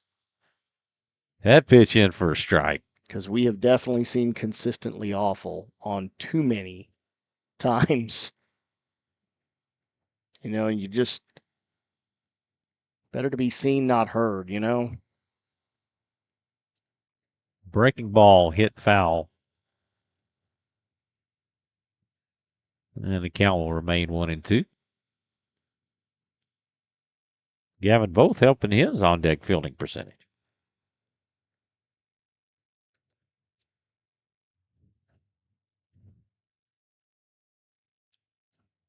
A 1-2 pitch. There it gets is. Him. Oh, yeah, everybody. I mean, literally, everybody's grabbing their gloves in the Liberty Hill.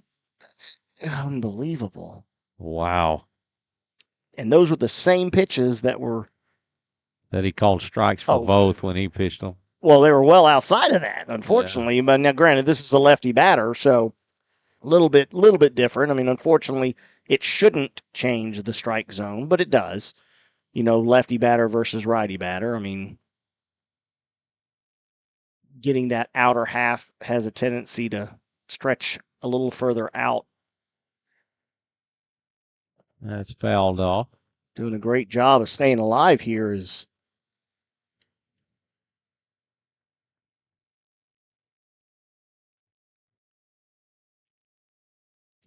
Jordan Andrews.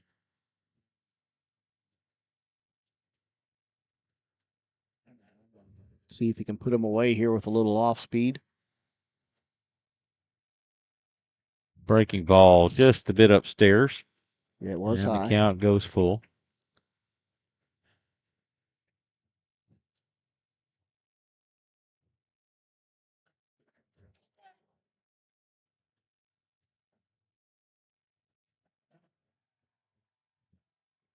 Great piece of hitting there from Jordan Andrews, doing what he had to do to foul off the good pitches and stay alive in the at bat and draws the walk.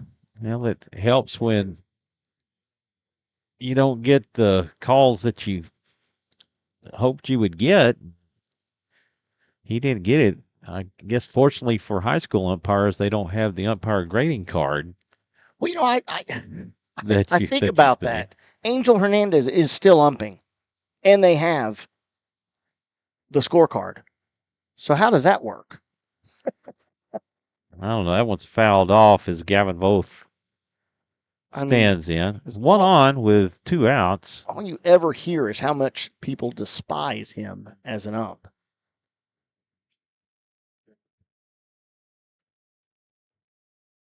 The 0-1 pitch. That's high and outside for ball 1. That was a no-doubter right there. Oh, yeah, no doubt. It lacked the break and the line. So 1-1 misses low for ball 2. Yeah, and unfortunately the pitchers have been just losing that pitch low, as was Oscar's issues earlier in the game. Whenever he had the 4 walks, I mean, he kept everything was low, low, low in the zone. And throw over to first, not in time, as Andrews dives back in safely. We'll see if he's baiting him, Carson, with the lob over to first. And there's a big stretch there from Andrews. Fastball down the middle for a strike. And Deuce is wild.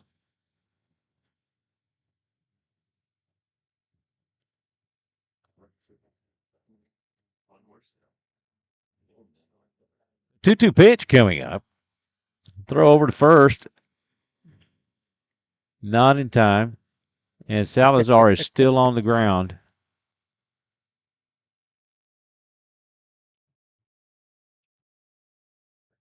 I think that's more of a frustration pause than anything. Although he is having to stretch the hamstring and ankle there as he was trying to walk that off. Well, he was standing on top of the bag whenever he threw over, and I think that's where Andrews slid into him head first.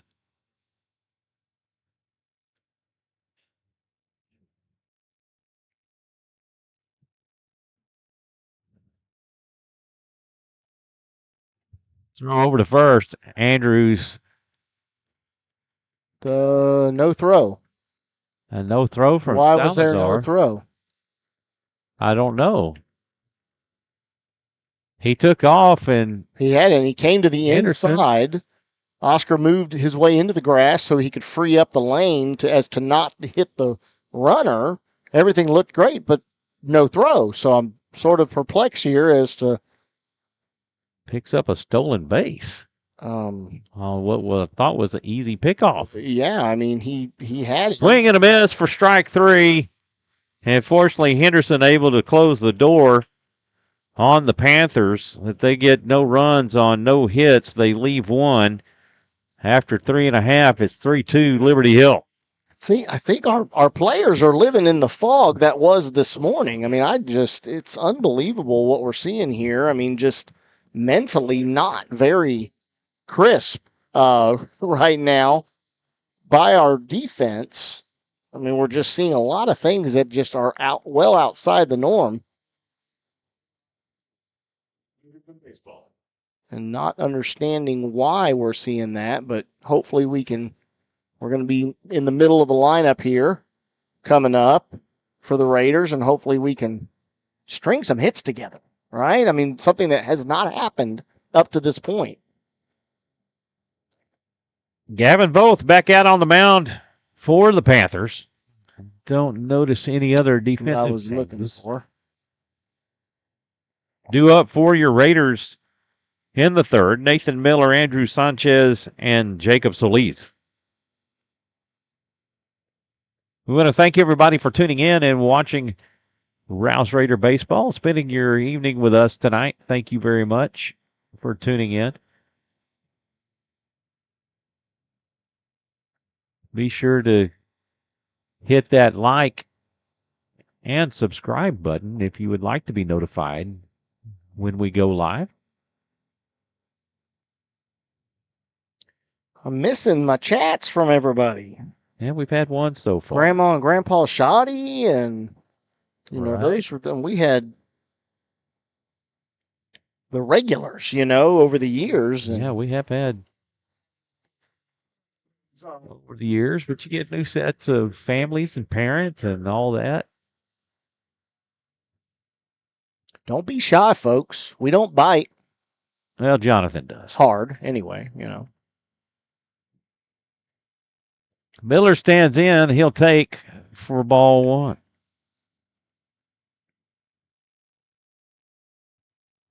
Miller 0 for 0. He drew a walk his first time up. Sanchez on deck. That pitch sails outside for ball two.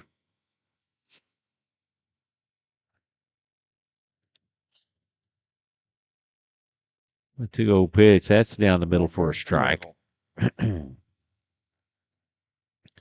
This is the last year for the natural field for Rouse Raiders. The 2-1. This is hit down the third baseline. Tanksley has it. The throw to first.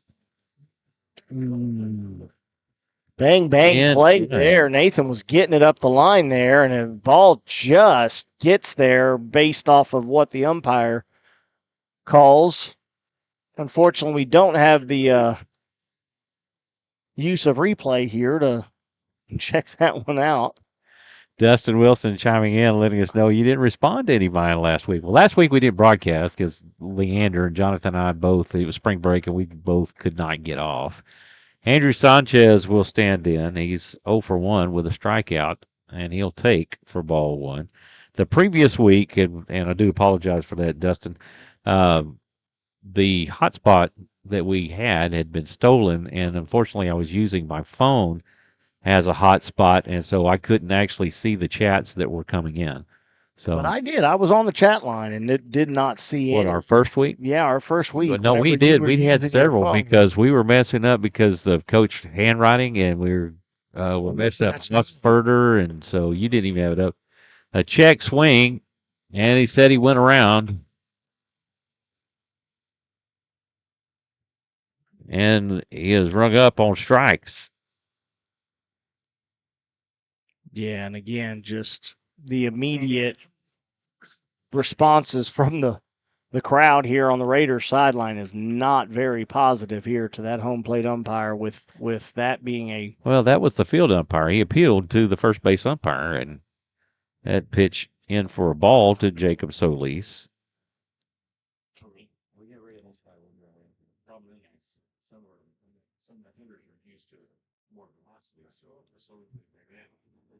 The pitch misses inside for ball two. Thank you, sir. Thank you. We hated to miss those games. We just could not change our schedules at work. We could not get them to get us both off.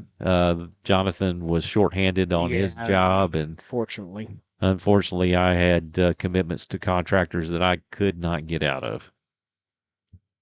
The 2-1. This is hit back up the middle. This will be played by Calvert. A throw over to third in time, and that will do it. The Raiders go in order. That'll go 6-3 on the putout of Jacob Solis. Yeah, just got jammed on that one. Did Jacob, and unfortunately just a uneventful slow roll, one hopper to Calvert, able to handle that without any issues at all, and easy throw to first. And back to the same, again, just we're stalemate here. It's just stagnant offense and not getting the onslaught of hits that we've been accustomed to. Again, Leander series, we had 21 hits over the 2 games and only gave up 1, which was crazy to then go from that to this. And again, it's not like Liberty Hill is just pouring on the hits either. They've had walks. They've got 3 hits right now, so due up for the Panthers in the 4th or in the 5th. Basie, Galletti, and DeMars. Yeah, and then Tuesday mean, this is the thing is that the errors were really costly in that third inning because you had a guy that scored on an error and a guy that reached on an error who came around to score. And had that been the case, we would have got out of that inning with only one run, and it would be 2-1 right now. Right. But that's what errors can do to you, and 4 walks in an inning. And 4 walks, yes, sir. And then coming up now, second baseman, number 7, Andrew Basie. Andrew Basie. Andrew Basie will come to the plate. He has reached on an error and is grounded out.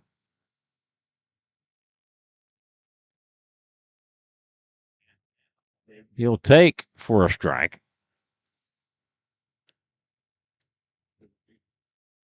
Carson Henderson back out on the mound. Yeah, and Carson doing up to this point what Oscar was unable to do, and that's get ahead of those batters early. He'll step off and reset. There's nobody pitch or warming up in the bullpen. The 0-1 pitch. That's upstairs for a ball.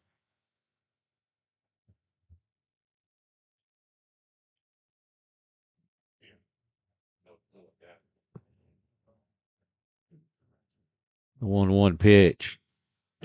Thought about offering at that, but I thought it looked pretty good. it was high. It might have been a little bit high, but it looked pretty good. Well, Basie thought the same thing. Was like, I'm going to lay off, and he was right. The 2-1. This is fouled off down the third baseline, and for strike 2, and that'll even it up at 2. Yeah, he thought about offering, and then again, it's like, yeah, this ump's not going to call that on me. Looks like our camera has frozen again. Goodness gracious, folks. We are extremely sorry. We'll hold it for that right now. That's a swing and a miss for strike 3.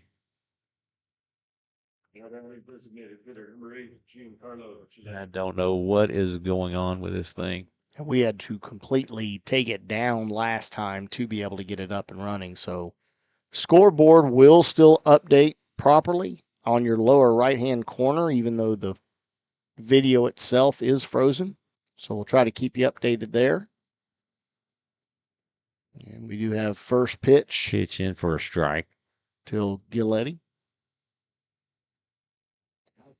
And we'll try to fix it in between innings. Pitch outside for a ball. Xander was happy with that, and it was not called a strike.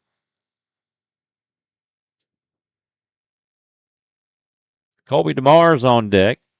Giancarlo Giletti standing in. He'll take for ball 2.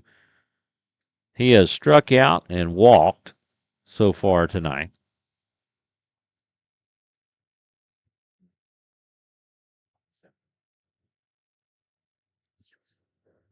2-1, that's fouled off for strike 2.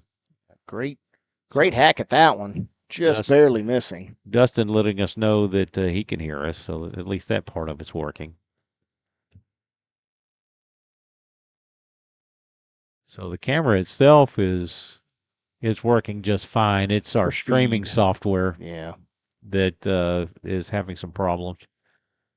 2-2. This is popped up and playable. Henderson will make the catch, and that will do it for Giletti as he flies out to the pitcher. And normally not something you want to see, the pitcher having to field that, but that was not struck very well at all, and he would be the only one that could get to that. Luckily, it was one that pulled him off of the mound, so there was no risk of tripping or falling, which definitely can happen. You're on uneven ground as a pitcher and you're looking up to try to make a catch.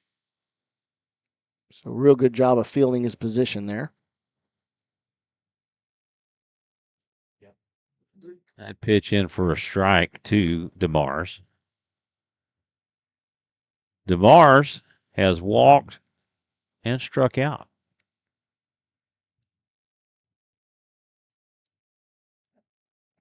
And again. At least he's consistent with it sometimes. I mean, that was well on the plate, though. I mean, that was not off. I mean, No. I'm just saying that's normally what he'd been calling a strike, Yeah. but then He 2 let the- innings ago he wasn't calling that. uh, That's a poke out into right field, and DeMars will get a base hit.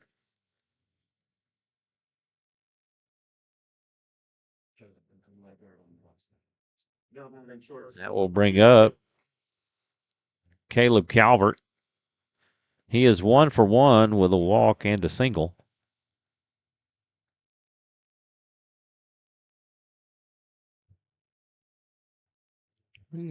getting a quick 2 outs here, and then the little C&I single there. And again, That pitch gets the outside corner for strike one. Henderson going right back at it and not being phased at all by that hit. Henderson doing a good job throwing strikes. DeMars extends his lead, but there'll be a throw over to first, and he'll get back in time.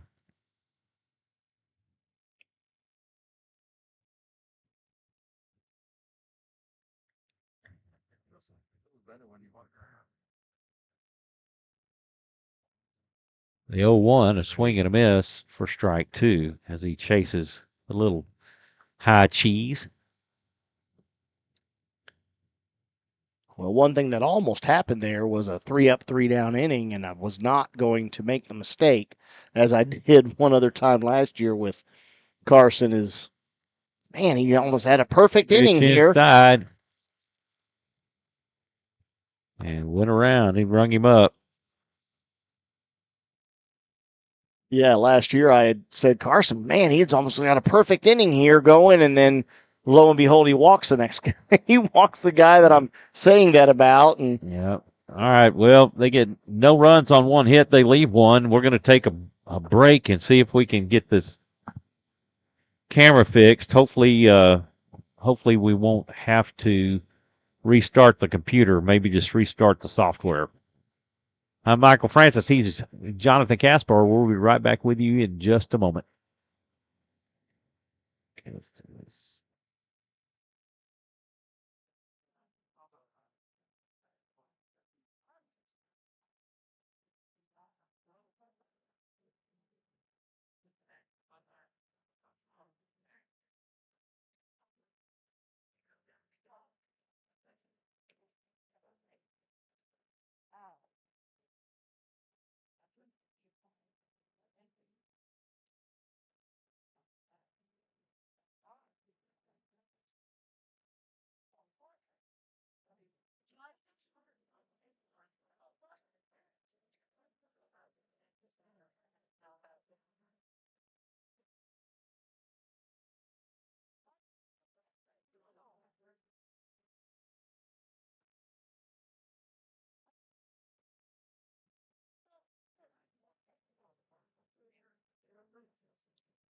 All right, we're back.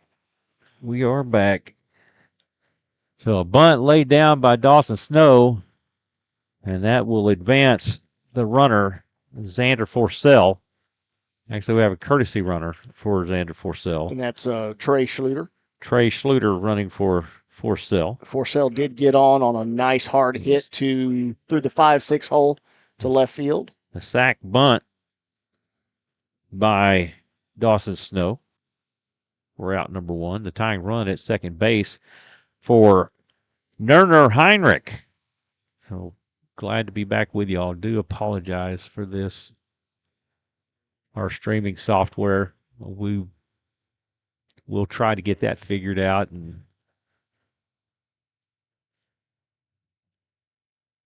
see what may be causing that problem. And 1 out. All right, I think I've got us up to date here on our scoreboard now. Back to 3-2, bottom of 5, 1 out, 1 on, who was advanced on the bunt laid down by Dawson Snow, who is in for Diego. Gayton on the Landon Miller on deck. offensive side. That pitch will go to the backstop, a wild pitch by Voth. will move the runner to third, and the tying run just 90 feet away.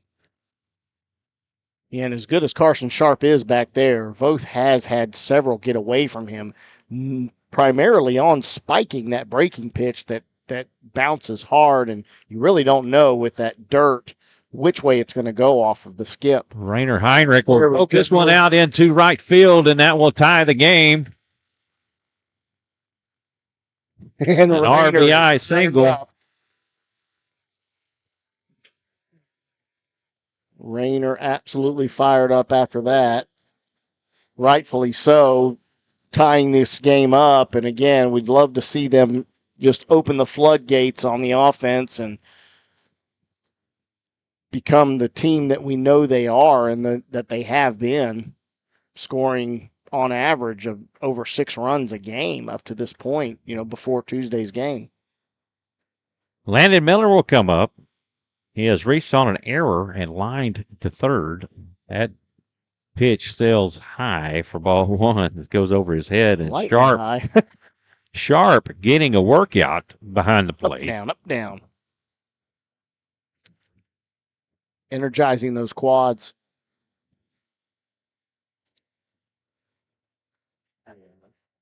Both from the stretch, the pitch, and this is fouled back out of play, and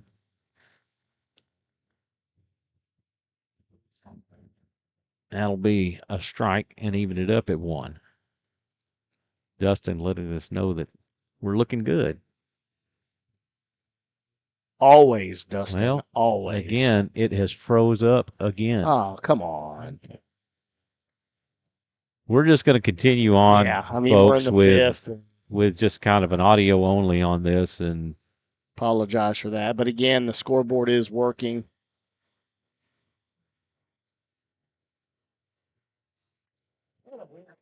And Miller lines this to short. Great. And that'll be an inning double play. That will go 6-4, 4-3. Absolutely great snag from Blaze Milam at first on that turn, and that was a big league looking double play there. Very committed, very quick to make that throw to second, and then with the backhand. Landon Miller may be injured.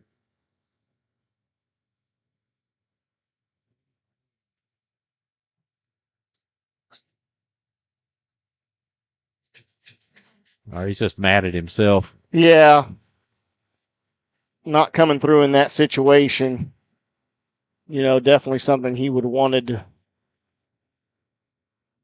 to be able to, because anything that would have made it through with the speed of Rainer Heinrich, there was a really good chance of him being able to score all the way from first. So it's frustrating on the camera. I don't know what's going on.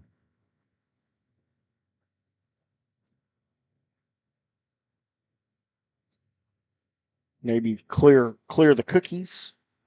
I don't know if anything's restricting that feed, that connection.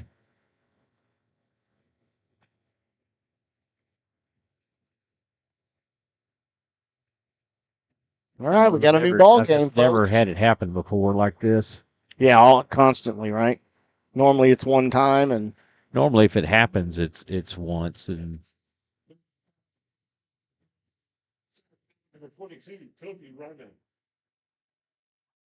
now I could very easily see, and hopefully Nathan Miller is knowing what happened last night, and yes, he is already riding up on the grass and inside the grass line, because this is definitely a spot where Ryman may want to try to lay down a bunt.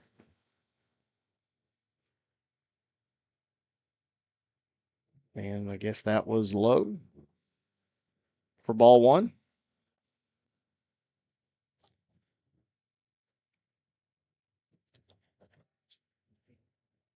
Carson Sharp on deck. The 1-0. Pretty pitch. Right. Breaking pitch right down the middle for a ball.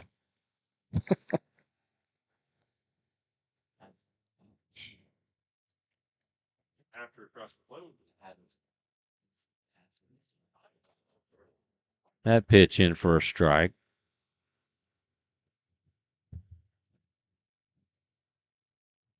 Henderson toes in on the rubber.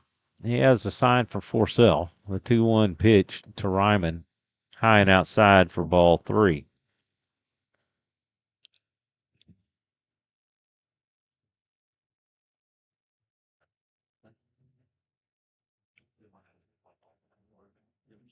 Henderson comes set. The 3-1.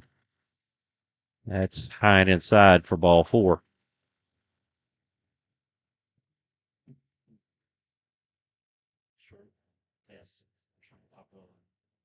Yeah, and immediately Rayner's going like, hey, bro, those are several really good pitches there. Don't change a thing and keep going at these guys because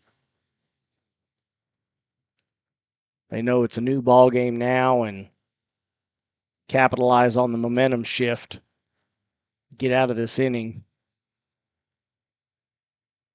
Big lead there from Ryman. Sharp shows bunt, lays off, and he'll get rung up for a strike.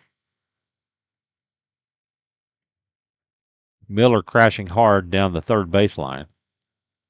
Almost to the point where he was ready to grab the bat. He was really right there. And again, he'll show bunt. He'll lay it down the first base side, and nobody's covering. Well, and he will reach safely. Henderson was covering, but unfortunately was not able to get there get the foot on. The ball was there. The ball beat the runner, but he had to try to shift to get the foot on the bag. And 2 on, runners at first and second, and Coach Crimpine has called time, and he's going to go out and talk to his guys.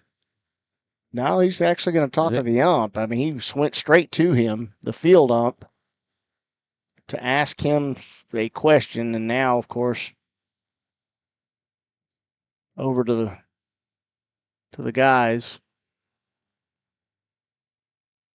So not exactly sure. If the first baseman heads down to play the bunt, the second baseman covers first, right? Normally. And yeah, and then the correct. shortstop would cover second. It was a very well-placed bunt in the fact that it was close enough to draw both Rayner and Oscar in which case Henderson covers. And Henderson was quick to make that run to cover first base, understanding the fact that both Rayner and Oscar were there.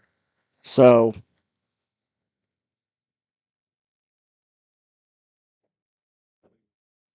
that'll bring up Blaze Milam.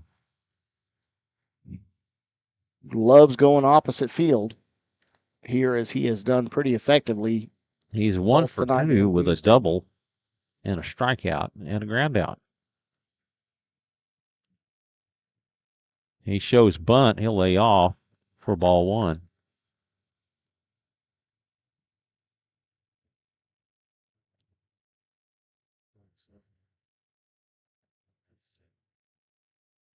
It's like we do have a couple people back in the bullpen, but can't tell if they're getting ready to get loose.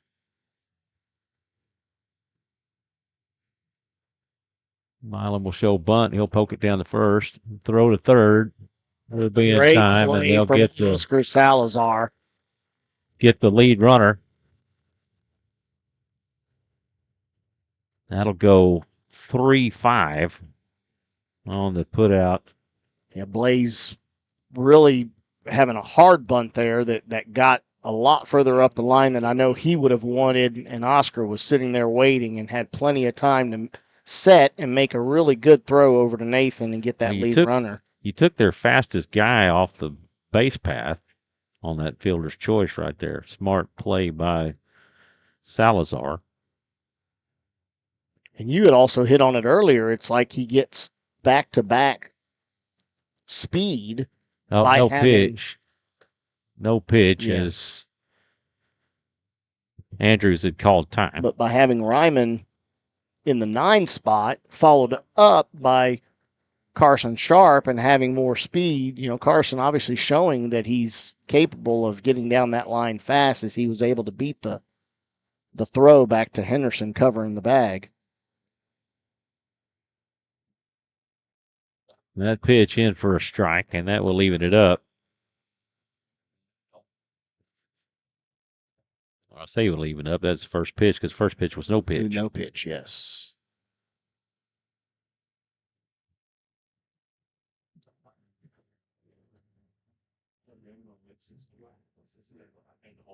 Breaking ball in for a strike. What are they? They're upset. I don't know. They think right it was in the high. middle. They think it was high. But, the way that goes is how many of them that were strikes didn't get called, right? Yeah. So can't keep everybody happy.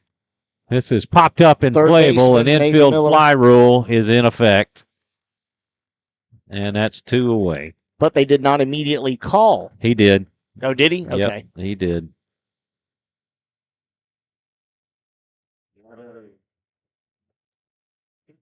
Gavin both will come to the plate. Raiders really needing to chase this guy out. Well, and again, I don't think it's him being extremely effective as a pitcher as much as our guys just not taking care of their business at the plate. First pitch offering high and outside for ball 1. I mean, he does not have overpowering stuff by any stretch, and it's not a lot of breaking. It's just the guys have been in a bit of a offensive funk. The Raiders will be back in action tomorrow as they face Eastview. Eastview, formerly a district opponent. That pitch gets the outside corner for a strike. That game will be a 1 o'clock start. Right now, it's just me, and Jonathan will be out of town tomorrow. I'm trying to line somebody else to help me. A double steal. And they didn't call that a strike. And defensive indifference. Wow. 2 balls, 1 strike. Runners at second and third.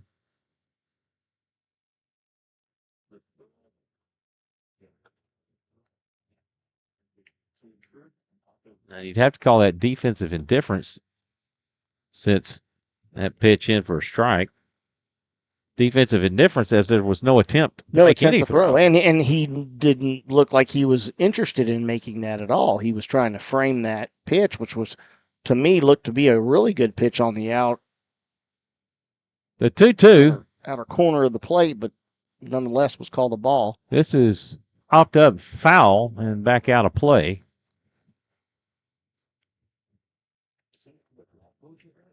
And he'll get another opportunity. I know you were looking for Seth. He did. He made it. He made it. Andrew Basie on deck. I was hoping Caden would make it out here. The 2-2 pitch. This is hammered out to center. And Landon Miller there makes the catch. And that will end the Panther threat. We got a guy out there. We got a guy. They get no runs on 1 hit. They leave 2. And after 5.5, it's 3-3 here at Raider Field. Due up for the Raiders in the bottom of the 6th, Salazar, Thompson, and Miller. And we did get to see, Rayner coming through, plating that tying run, and Landon was hopeful to try to beat out that throw and unfortunately wasn't able to make it happen. But I think, again, what we need to see is runners on early and not runners on with 2 outs. Right, yeah. Let's get more hits strung together, and it still has yet to happen for the Raider offense.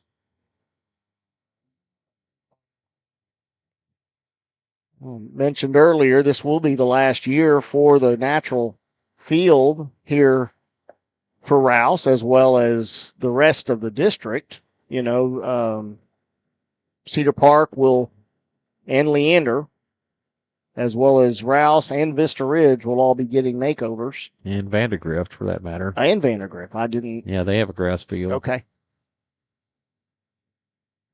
They'll be the last ones. Obviously, Glenn Has a turf field. already has turf.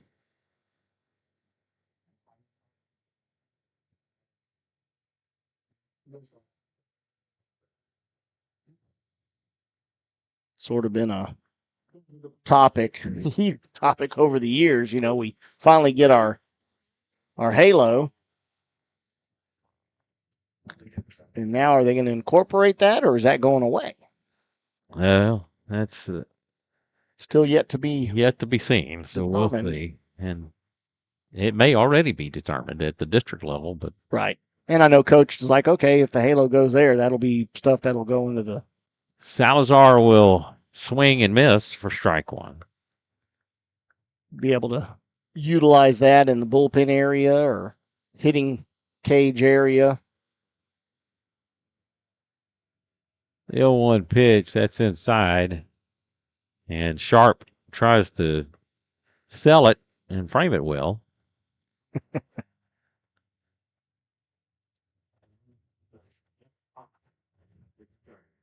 The 1-1 pitch, and Salazar lifts this one high to shallow left center, and Andrews underneath it. He'll make the catch, and that will do it.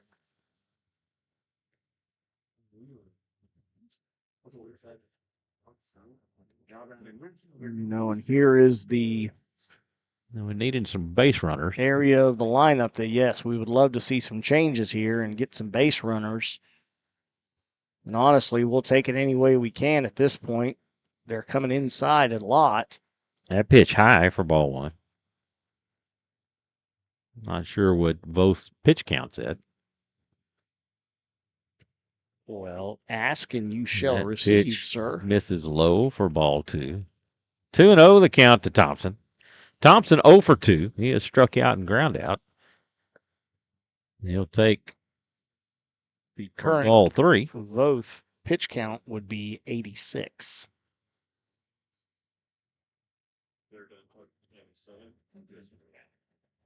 The 3-0 pitch, that's inside for ball four, and the Raiders have a runner aboard. And again, we'll take it any way we can at this point, whether that be walk, hit by pitch, or hit.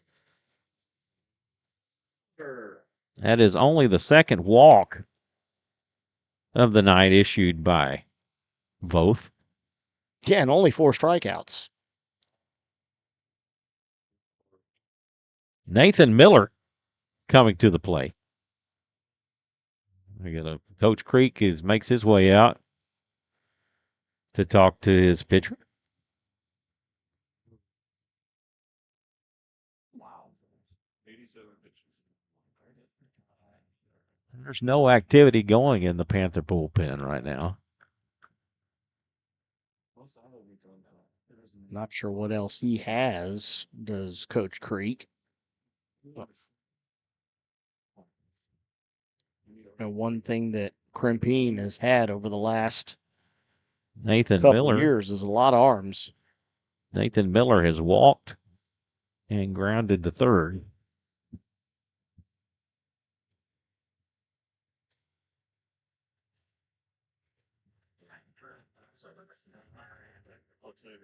Both taking a long look in. He checks Thompson at first. The pitch, that will hit Miller in the back. That wasn't even close to, I don't know that Nathan would have been able to avoid that one. That was right in the middle of the back, but a breaking pitch, so no harm, no foul on that one as he's able to bring up Andrew Sanchez. He has struck out twice. Yeah, and another one whose bat has been extremely hot. Coming into going to bring in a pinch runner for Nathan Miller. So they want to put some ice on that back. That's a pinch runner, Don. That's a pinch runner, not a courtesy runner. Yes. pinch runner. Courtesy would be the Nathan's a catcher. baseman. He's a baseman, not a catcher or a pitcher. Yeah. Oh, no worries. And not able to You'll correct us on hit that something later. spot. So Gavin, as he gets used here, is done for the night. Yeah, He will not be able to come back in and run for anybody else. He's one and done. He's burned. Although he does have some pitches left in the tank, but I doubt very seriously he would bring it back in. Oh, we got activity. Nathan Miller's going to warm up. Okay. As the next pitcher, if needed. Both will deal to Sanchez low for ball one, and Coach Creek, I think, has seen enough. So since he's had nobody in the bullpen, he might be bringing a fielder in to. Yeah, it's his second visit. So. And yep, he's going to the left fielder. Which will be Jordan Andrews. Jordan Andrews will be coming in to pitch. And who will there be just a flip-flop, and will both be going out to left field? Now, we do have a new left fielder, and I cannot quite see the number. I'm not sure. And unfortunately, I'm not able to make out the number. Maybe that's why we need to. Well, it's the white binoculars it's the white numbers on the yellow jerseys. Just the contrast is not enough to make it out from this distance. Exactly. Unless we had a set of binoculars, which I do have, but left at home.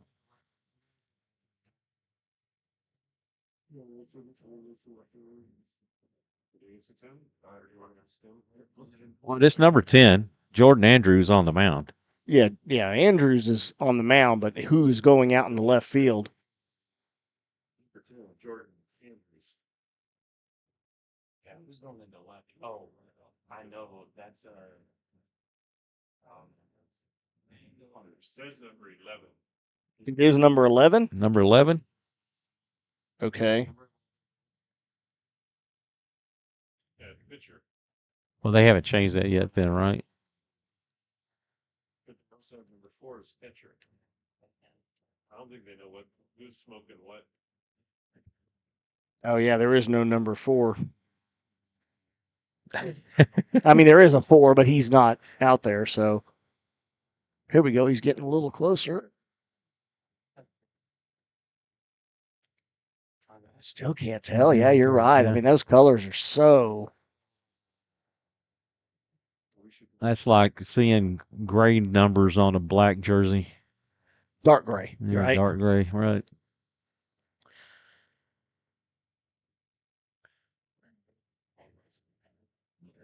All right, we're ready to get this back underway. He's going to inherit the count that Andrew Sanchez has of 1-0.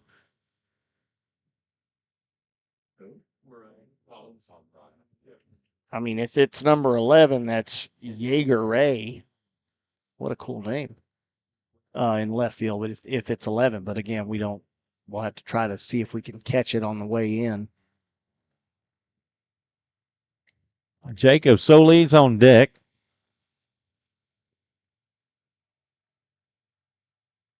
Yeah, you can hear that chatter going on. First pitch offering from Andrews is cut on and missed for strike one. Tell you what, big difference, though, from his last few cuts that we've seen that were very indecisive. That one was not. I like to see that. The 1-1 pitch, that's inside for a ball. 2-1 the count.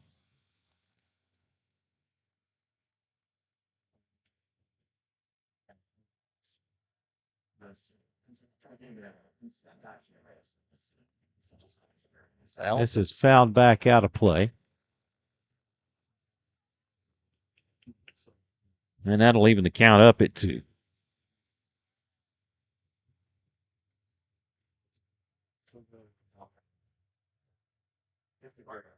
Andrews from the stretch. He'll take a look back, and he'll deal the 2-2 pitch. This is fouled off. And the count will remain even at 2. There is some activity going in the Panther bullpen.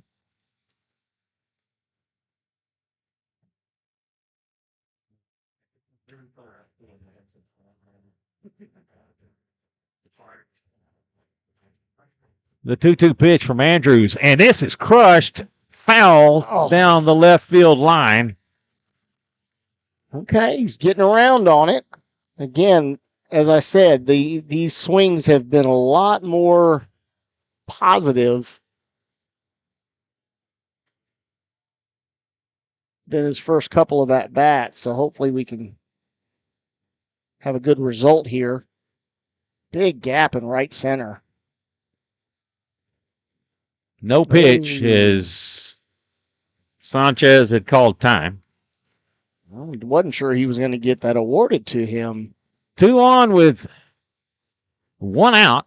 Runners at first and second for Andrew Sanchez, and he's looking to break this tie.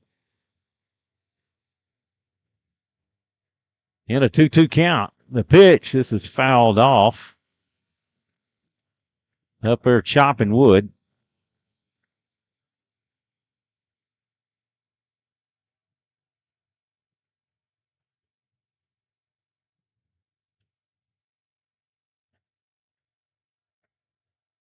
Two and two the count. The 2-2 pitch.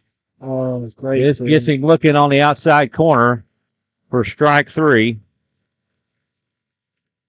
2 away for Jacob Solis.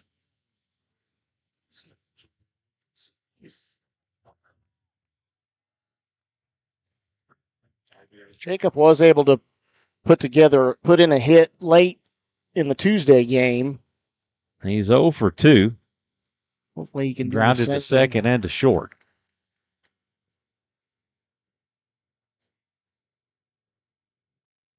That first pitch in for a strike.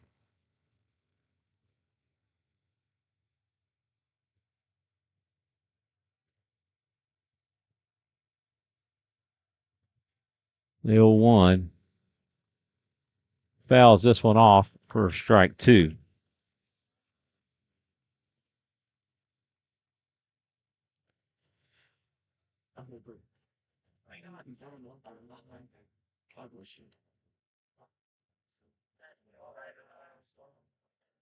The 0-2 just drop third strike. Throw down will be in time. That'll go K2-3. To end the Raider threat. They get no runs on no hits. They leave 2 after 6 complete. We're still knotted up at 3. Due up for the Panthers in the 7th will be Galletti, DeMars, and Calvert. That is your 6, 7, and 8 hitters. And a quick little look in here at Carson Henderson back out on the mound. The outing for Voth this evening.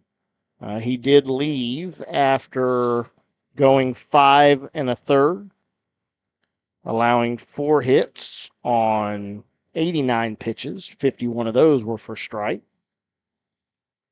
He did allow 3 runs. There were 3 runs, 1 earned run, 4 strikeouts, and 2 walks from Voth.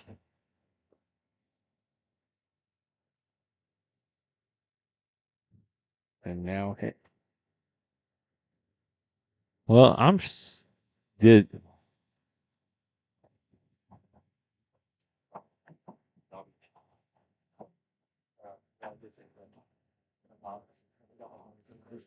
What are you looking for there, Michael? I just mismarked my book. I gave the wrong. It's Basie, Galletti, and DeMars. That do up. There we go. I know.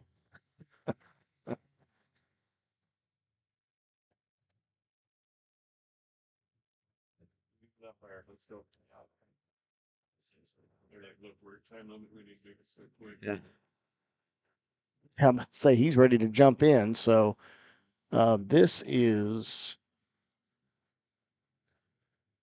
just curious. Are we going to see the replacement? Voth will be Voth, not okay. So no, he's he'll still be a up ways here. down. Yeah, he's still a ways away from. Henderson toes in. He'll deal. First pitch strike.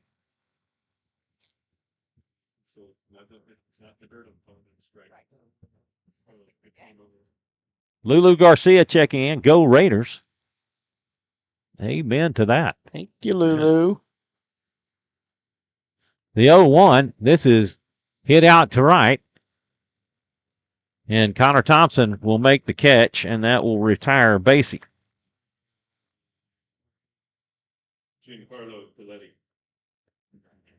Giancarlo Galletti will come to the plate. Yeah, John Carlo. They did let us know that. Yeah, no, it's not Giancarlo. He's not Giancarlo. Yeah, it's Giancarlo. Great. First pitch strike by Henderson. Henderson really feeling it here and really going after these guys. He's starting to see a lot more of those pitches working. Swing and a miss for strike 2. Breaking pitch. Of course, right when the batter is thinking breaking pitch, he just pipes a fastball right down the middle, and seen a lot of those not even be swung at. Galletti's 0 for 2 with a walk. And that pitch in for strike 3 catches him looking. Just like I said, it's like he lulls them to sleep with the breaking pitch, gets the swing and miss, and then turns around and pumps up the heat for a strike right down the pipe, and the guys just look at it. It's a third strikeout that's happened on that same exact situation.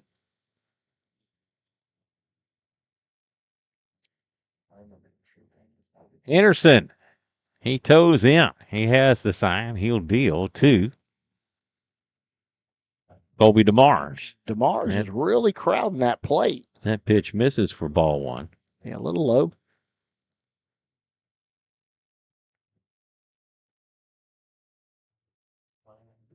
The 1-0 delivery. That bounces away from Forcell for ball 2. Caleb Calvert on deck.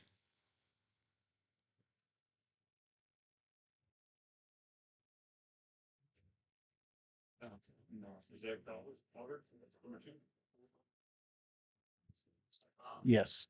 The 2-0 pitch. That's upstairs for ball 3. Yeah, Calvert is number 2. Shortstop. You got to throw a strike right here, make him hit it, or at least get a strike out of it. Yeah, I think he'll have the a pure red light there on a 3-0 count. That pitch in for a strike. Yeah, taken all the way, it looked like.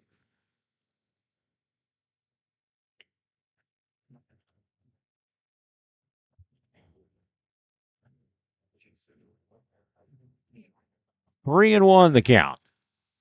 That pitch is in the dirt for ball 4. His second And walk. the go-ahead is on board, and you can believe that he is going to be aggressive on the base paths with Calvert. Calvert has singled and walked and struck out.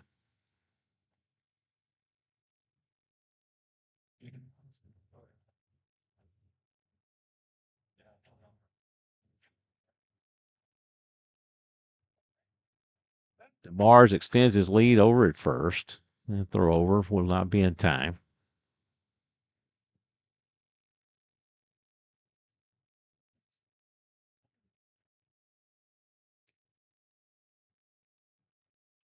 This one is high and lifted up.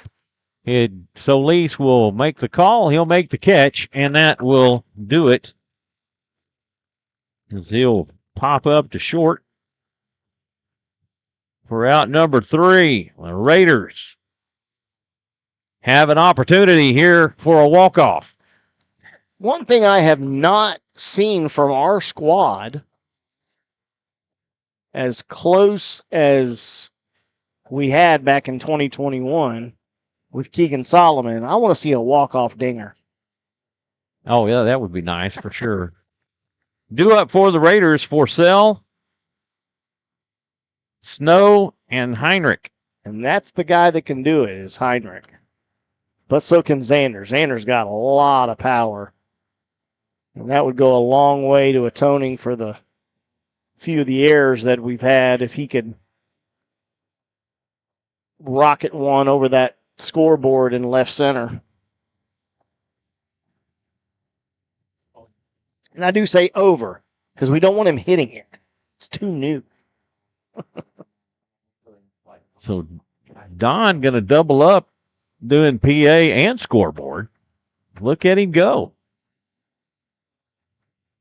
Oh, I remember that. Yeah. Yeah. Yeah. So we've had the fortune of having some players up here with us. Thank you, gentlemen. Keeping the scoreboard and listening to our banter and Now tell them to go get some hits.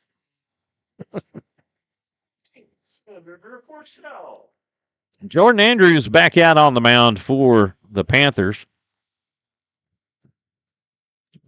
I'm calling the walk-off. Are we going to have some Caspar calling right here? Forsell will take for ball one. We need base runners, or we can use a homer. That is, oh my gosh, he called that? Yeah.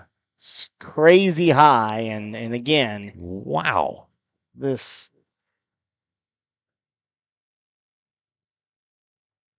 a breaking ball upstairs that he called a strike. I mean, that was chin high.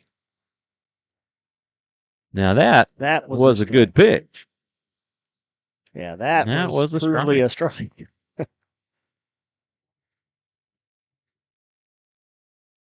Big strike zone. 1-2, swing and a miss, drop third strike. And the throw down to first in time. That'll go K2-3.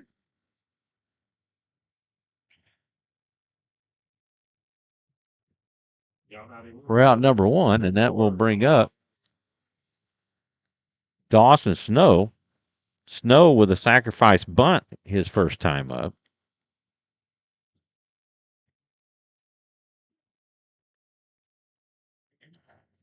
And pitch in for a ball. Yeah, same height as the first strike called on. Rainer Heinrich on deck. Swing and a miss for strike one.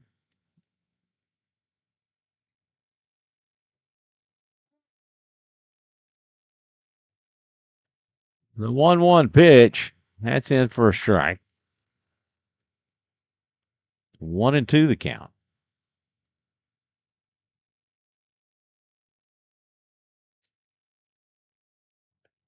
That pitch low for ball two, and that'll even things up.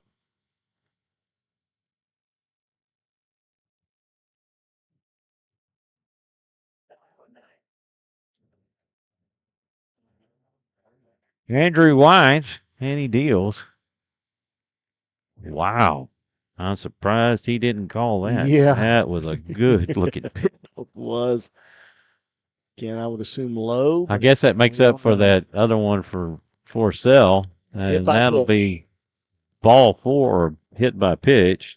Either way, it was one on with one out. The winning run at the plate or at first base. And he's our courtesy running specialist, so he's got some speed. Correct, as well as having Rainer here up, and Rainer in his last at bat was able to tie the game up with an RBI single.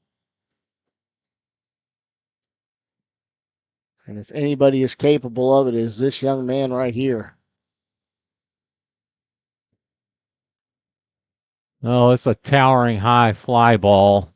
And Calvert tracks it and And he drops it. Wow. He drops it, and that's what you get on those towering high fly balls like that. Unbelievably. I mean, that almost brought the rain as high as he hit that. And E6.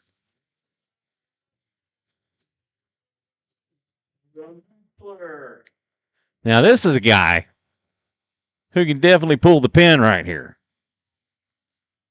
correct. No need to be swinging out of our shoes to be hero. I mean, honestly, any level solid hit from Landon has an opportunity of going out. And behind him, you've got Oscar Salazar.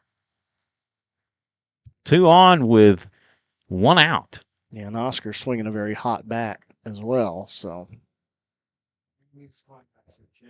yeah, and again, I think this is one of those, from the arm of Jordan Andrews, he's a bit almost sidearm. And honestly, at this point, Coach may be telling Landon, hey, man, look for that outer half and just drive it the other way. Get it in the right field. Well, he was swinging for the fences on that one. Strike 1.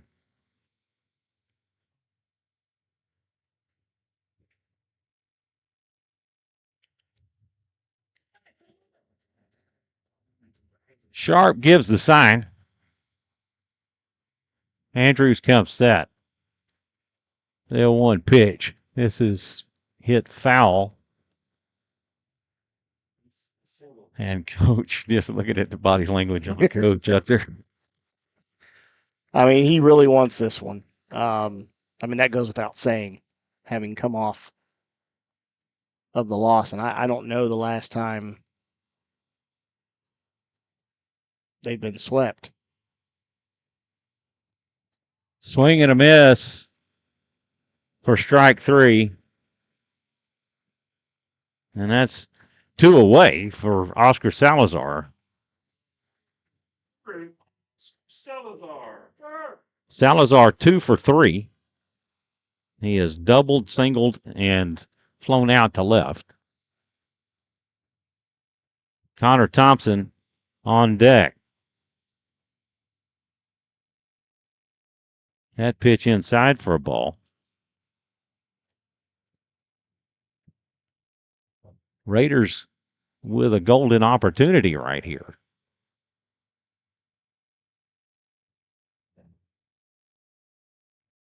That will get away from Sharp, but he was so close following it that Snow had no. He thought really he jumped. He jumped and went, oh, no. And did the right thing by backpedaling and getting back to second, because that was, like you said, that ball was bounced towards the bag at third. 2-1. That pitch in the dirt for ball 3. And honestly, I mean, I'd give him the green light here, because if they're going to, I'd rather walk Salazar to get to Thompson. As effective as Salazar's been. Salazar shows bunt, and he'll take first strike. 3-1 the count to Salazar.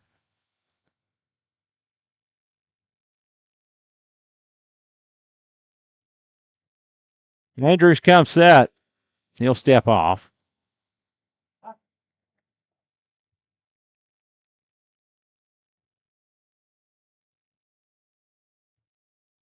Again, he comes set. The 3-1 pitch. Right down the middle. In for a strike, and the count works full.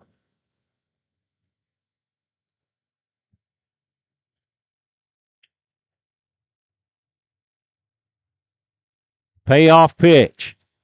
It doesn't get any better than this. And Salazar will call time. And I'm just waiting. I mean, these guys are assuming that they're automatically going to get that time call. And as delayed as that umpire is, I'd be in that box. And man. Yeah, Salazar saw it looking. Yeah. And the Raiders with a golden opportunity could not close the door. They get no runs on no hits. They leave 2, and after 7 complete, we're still knotted up at 3. And Carson Henderson will make his way out to the mound.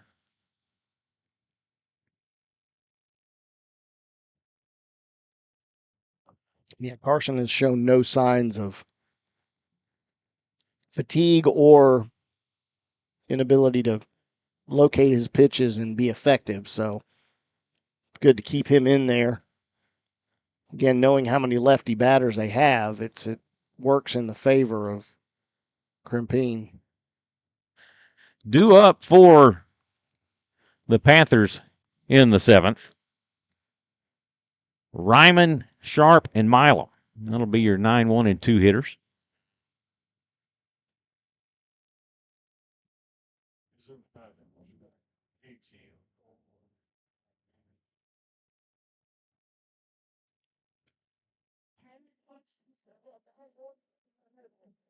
No other defensive changes that I see out here. Yeah, I mean we still have a little while before we get, although we're making our way back to.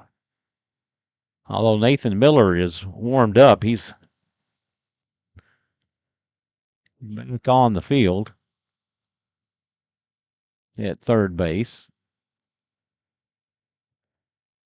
Throw down to second. I think he'll be ready if needed. Number 22, center fielder. Now the question will be is what would be the adjustment and who would go to third? Because you've already burned Diego. He was a starter. You could bring him back. Ah, yes. Henderson toes in on the rubber. Ryman will take for a strike.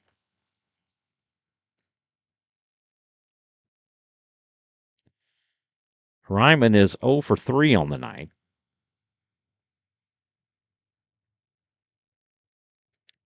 The 0-1 pitch, swing and a miss for strike 2.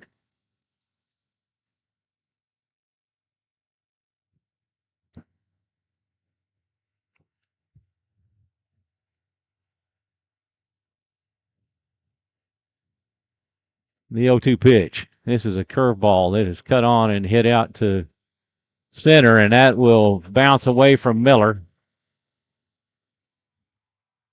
And Ryman at second base with a single and advances on the hop.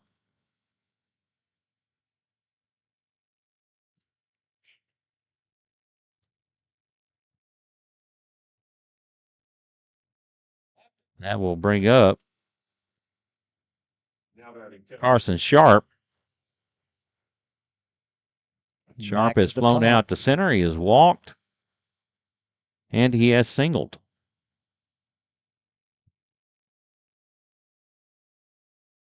And struck out.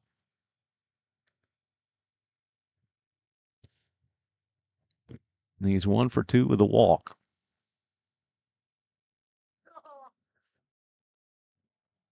That pitch misses low for a ball.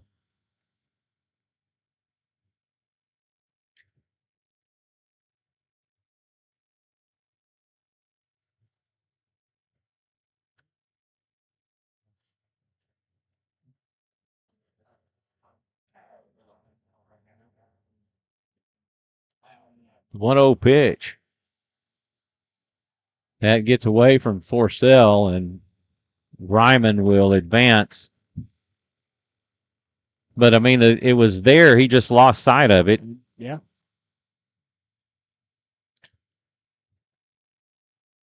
The go-ahead run is, and that in the dirt at is just third what's base. been. Coach Crimpine's going to call time.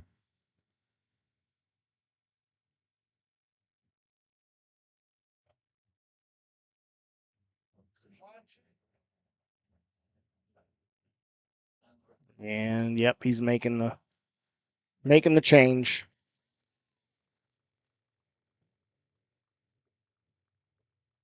And again, like we saw with Jordan Andrews inheriting a pitch count the count to the runner. So will Nathan Miller. So who did he bring it in? Nathan. He had already. No. To third. Oh yes, sorry.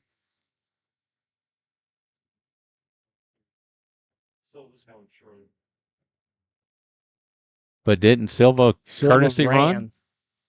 Or, well, if he courtesy ran, I don't remember. He probably entered the game. 2-0. Yes, is the correct count. Yep.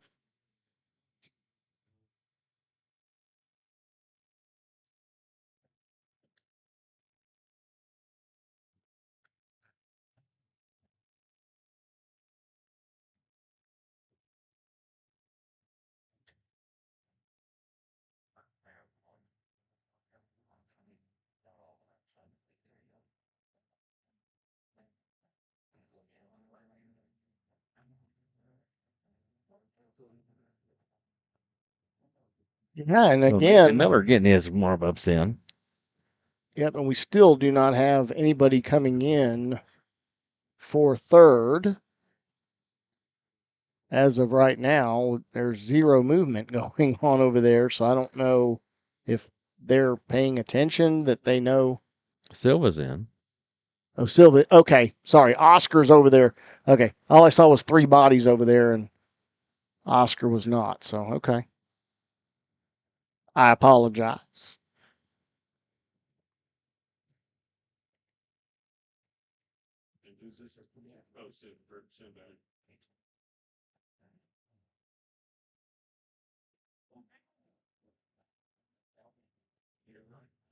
Yep, and the 2-0 count. Go ahead run on third.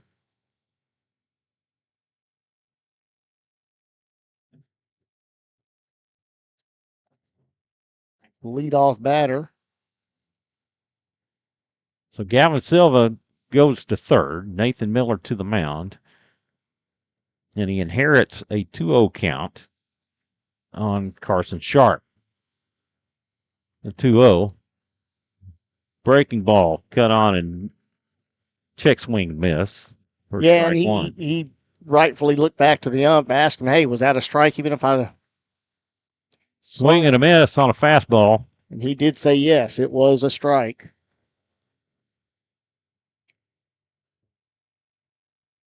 The 2-2 pitch. Breaking ball cut on and miss for strike 3. Just what the doctor ordered.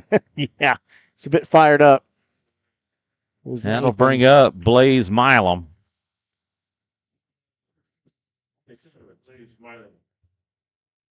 Milam is hit into a fielder's choice. He's struck out. He's grounded to the pitcher, and he's doubled.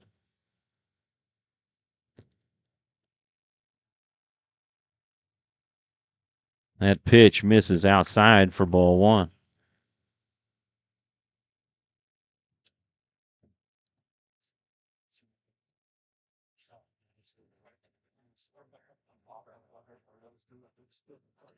Miller toes in. 1-0 pitch. Curveball went around for strike 1.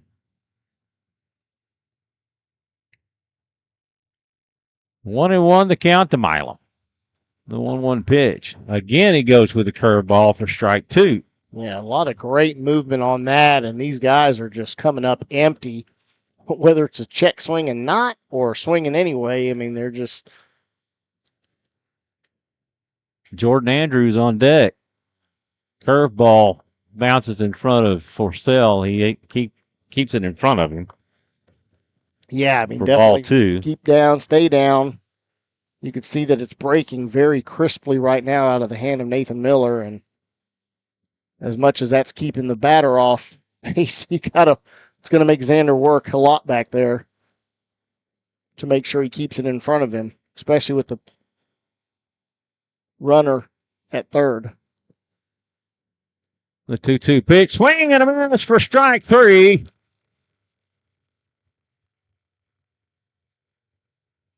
And 2 outs, 1 on.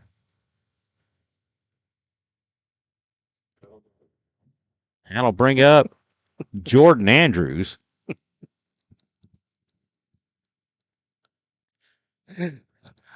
The PA announcer / father over here, Yeah. Don, just slow down, boy, slow down, calm down. This is fouled off for strike one. Because Nathan Miller is extremely hyped up right now.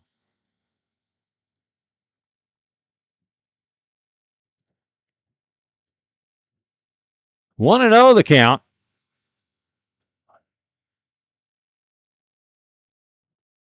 Curveball inside for ball one.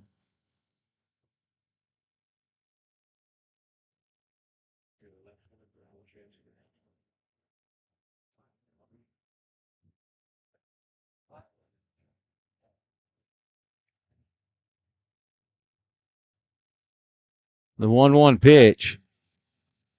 That one misses for a ball. He's Only crowding the 2-1. plate, and the ball was just barely inside, which looked like it caught a lot of the plate, but was ruled a ball.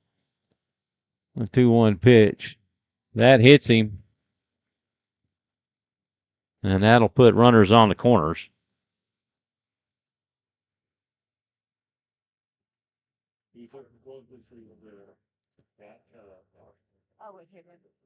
Dead ball, so Ryman couldn't advance. Courtesy runner coming in for the pitcher will be number 12. And both re-enters the game.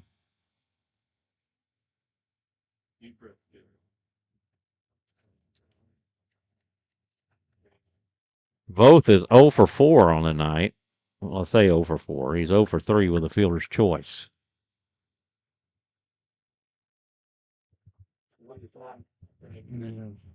Forsell, the pitch bounces in front of Forsell. He keeps in front of him. Yeah, and he's doing for a good ball one. Well, he knows anything that gets by is going to allow that go-ahead run to score.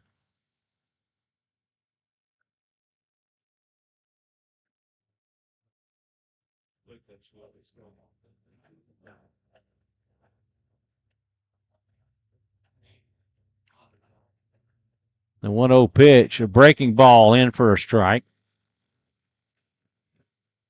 Andrews will advance. Or the courtesy runner will advance. And both, it was a 1-1 count. That pitch misses for ball two. 2-1.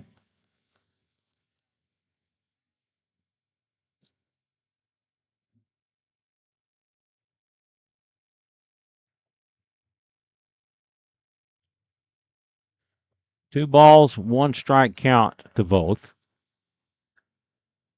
Breaking ball in for strike two. Yeah, both was just like, oh my gosh, why did I not pull the trigger on that pitch? I mean, he stayed Deuce is in. wild. 2 on with 2 out. The 2-2 pitch, that's in the dirt for ball 3, and the count goes full.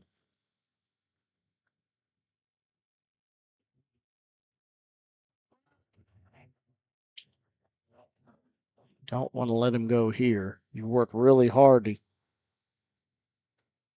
stay in this count. You want to end the inning here, or end their at bat here. Miller from the windup, the payoff pitch. Breaking ball, that'll go to the fence, and Ryman will score.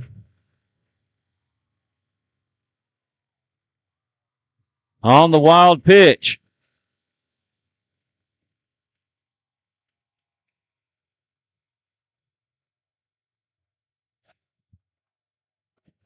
Runners on the corners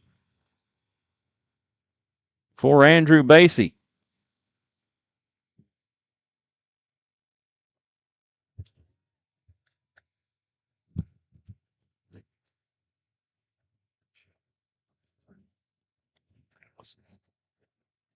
Don.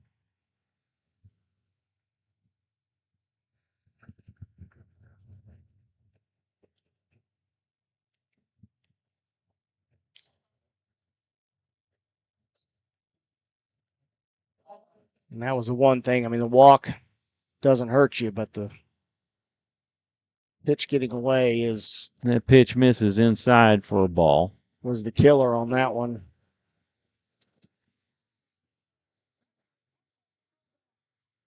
I'm calling the robot. I love that. 1-0. That's in the dirt for ball 2. And the runner advances. On the defensive indifference.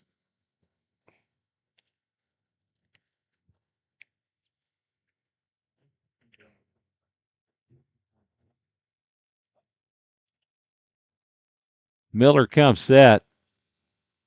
The 1-0, that's in for ball 3.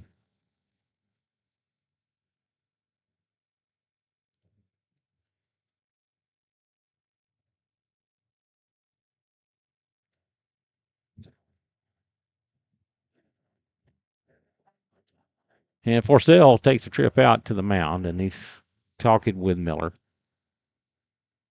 We do have activity going in the Raider bullpen.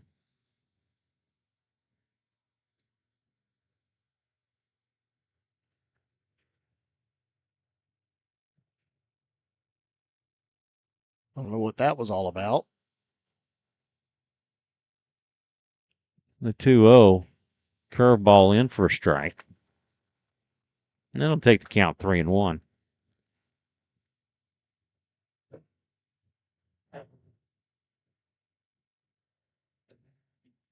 The 3-1, this is cut on and hit back up the middle. Throw to first will be in time, and that will end the 8th. But the Panthers able to get the go-ahead run on board. That will go 6-3 on the putout of Basie. The Raiders need a little magic here. Due up for the Raiders, Thompson, Miller, and Sanchez. Yeah, and that's middle of the lineup for the Raiders. Jordan Andrews back out on the mound to pitch for the Panthers. And they're getting their first look at Jordan Andrews.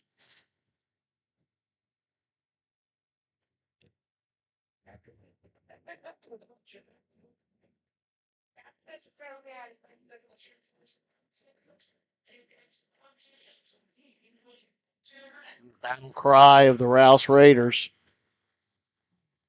It's always so effective over the last couple of years. Hopefully that'll be enough to fire up the sticks and get the 2 runs needed. Well, it's kind of been the hype song for the Raiders since 21.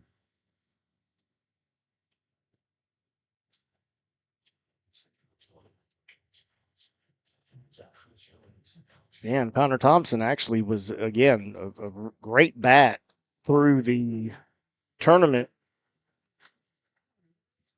preseason tournaments. Thompson is 0 for 2 with a walk. He has struck out, grounded to second, and walk. Nathan Miller on deck. First pitch offering outside for ball 1. And he did draw the walk in his last plate appearance.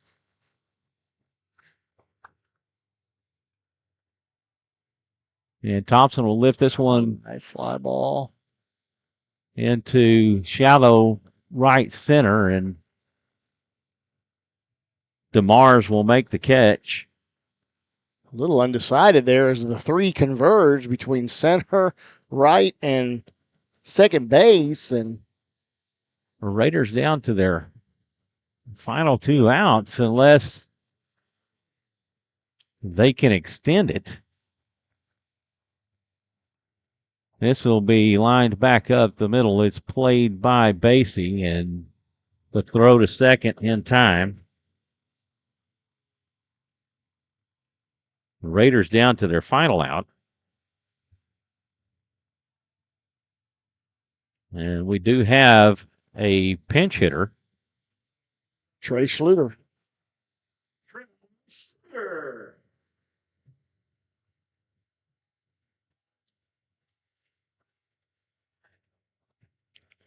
Trying to change it up here, and Trey Schluter getting his first opportunity. Jacob Solis on deck.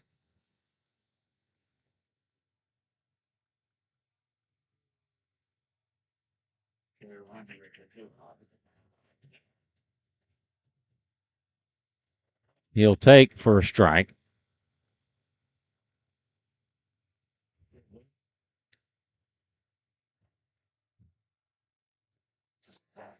Back-to-back strike. Back pitches, right? Identical pitches, too. Just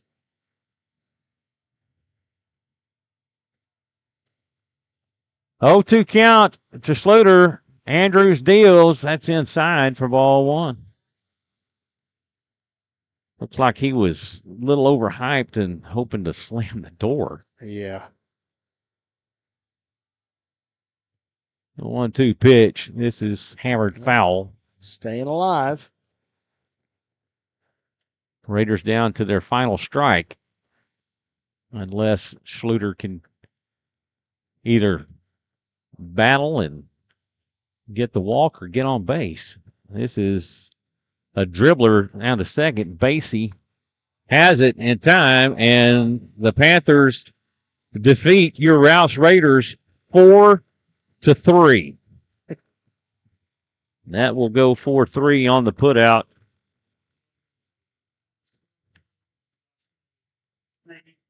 Of the Rouse Raiders, and disappointing, Jonathan, as they drop two important district games to Liberty Hill. Yeah, very important. I mean, every game within this district, as tight as it always seems to be, every game is going to be important, and even more so moving forward, putting themselves in this hole early.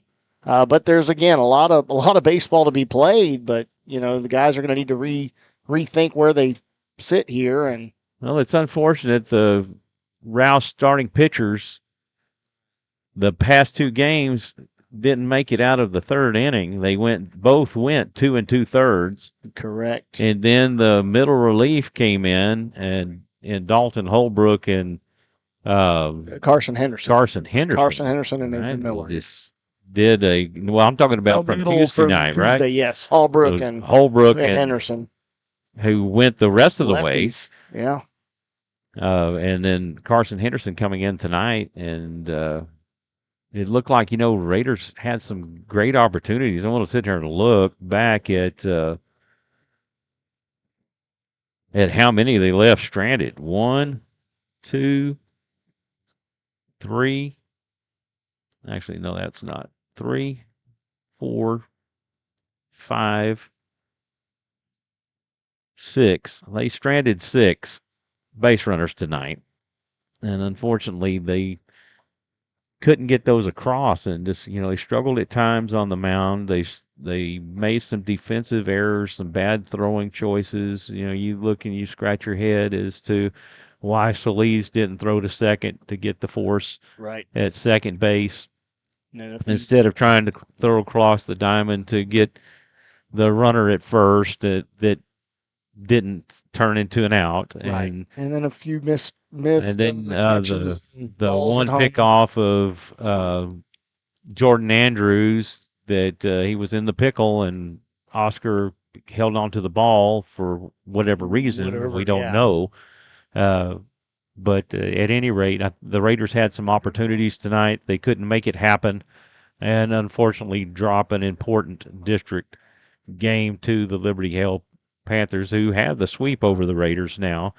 And so how that will play in going into the playoffs, or however, we don't know at this point. But, we'll bounce back. Thank you, Don, for all that you do.